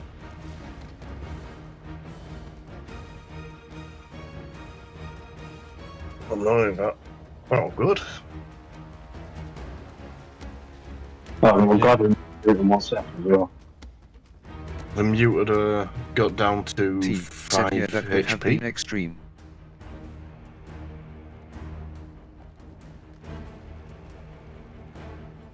Five HP. Yeah.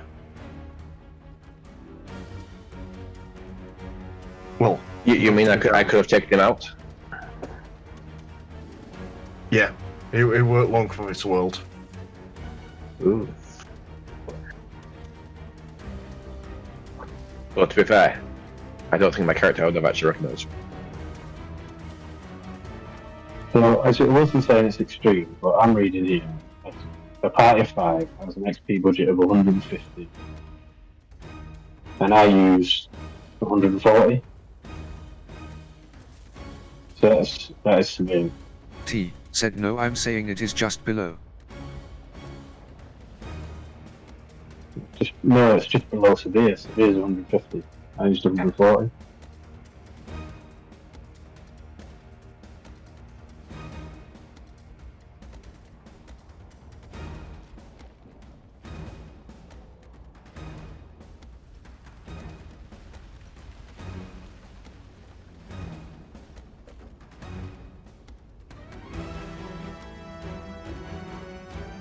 T said if the second was elite it'd go into next threshold.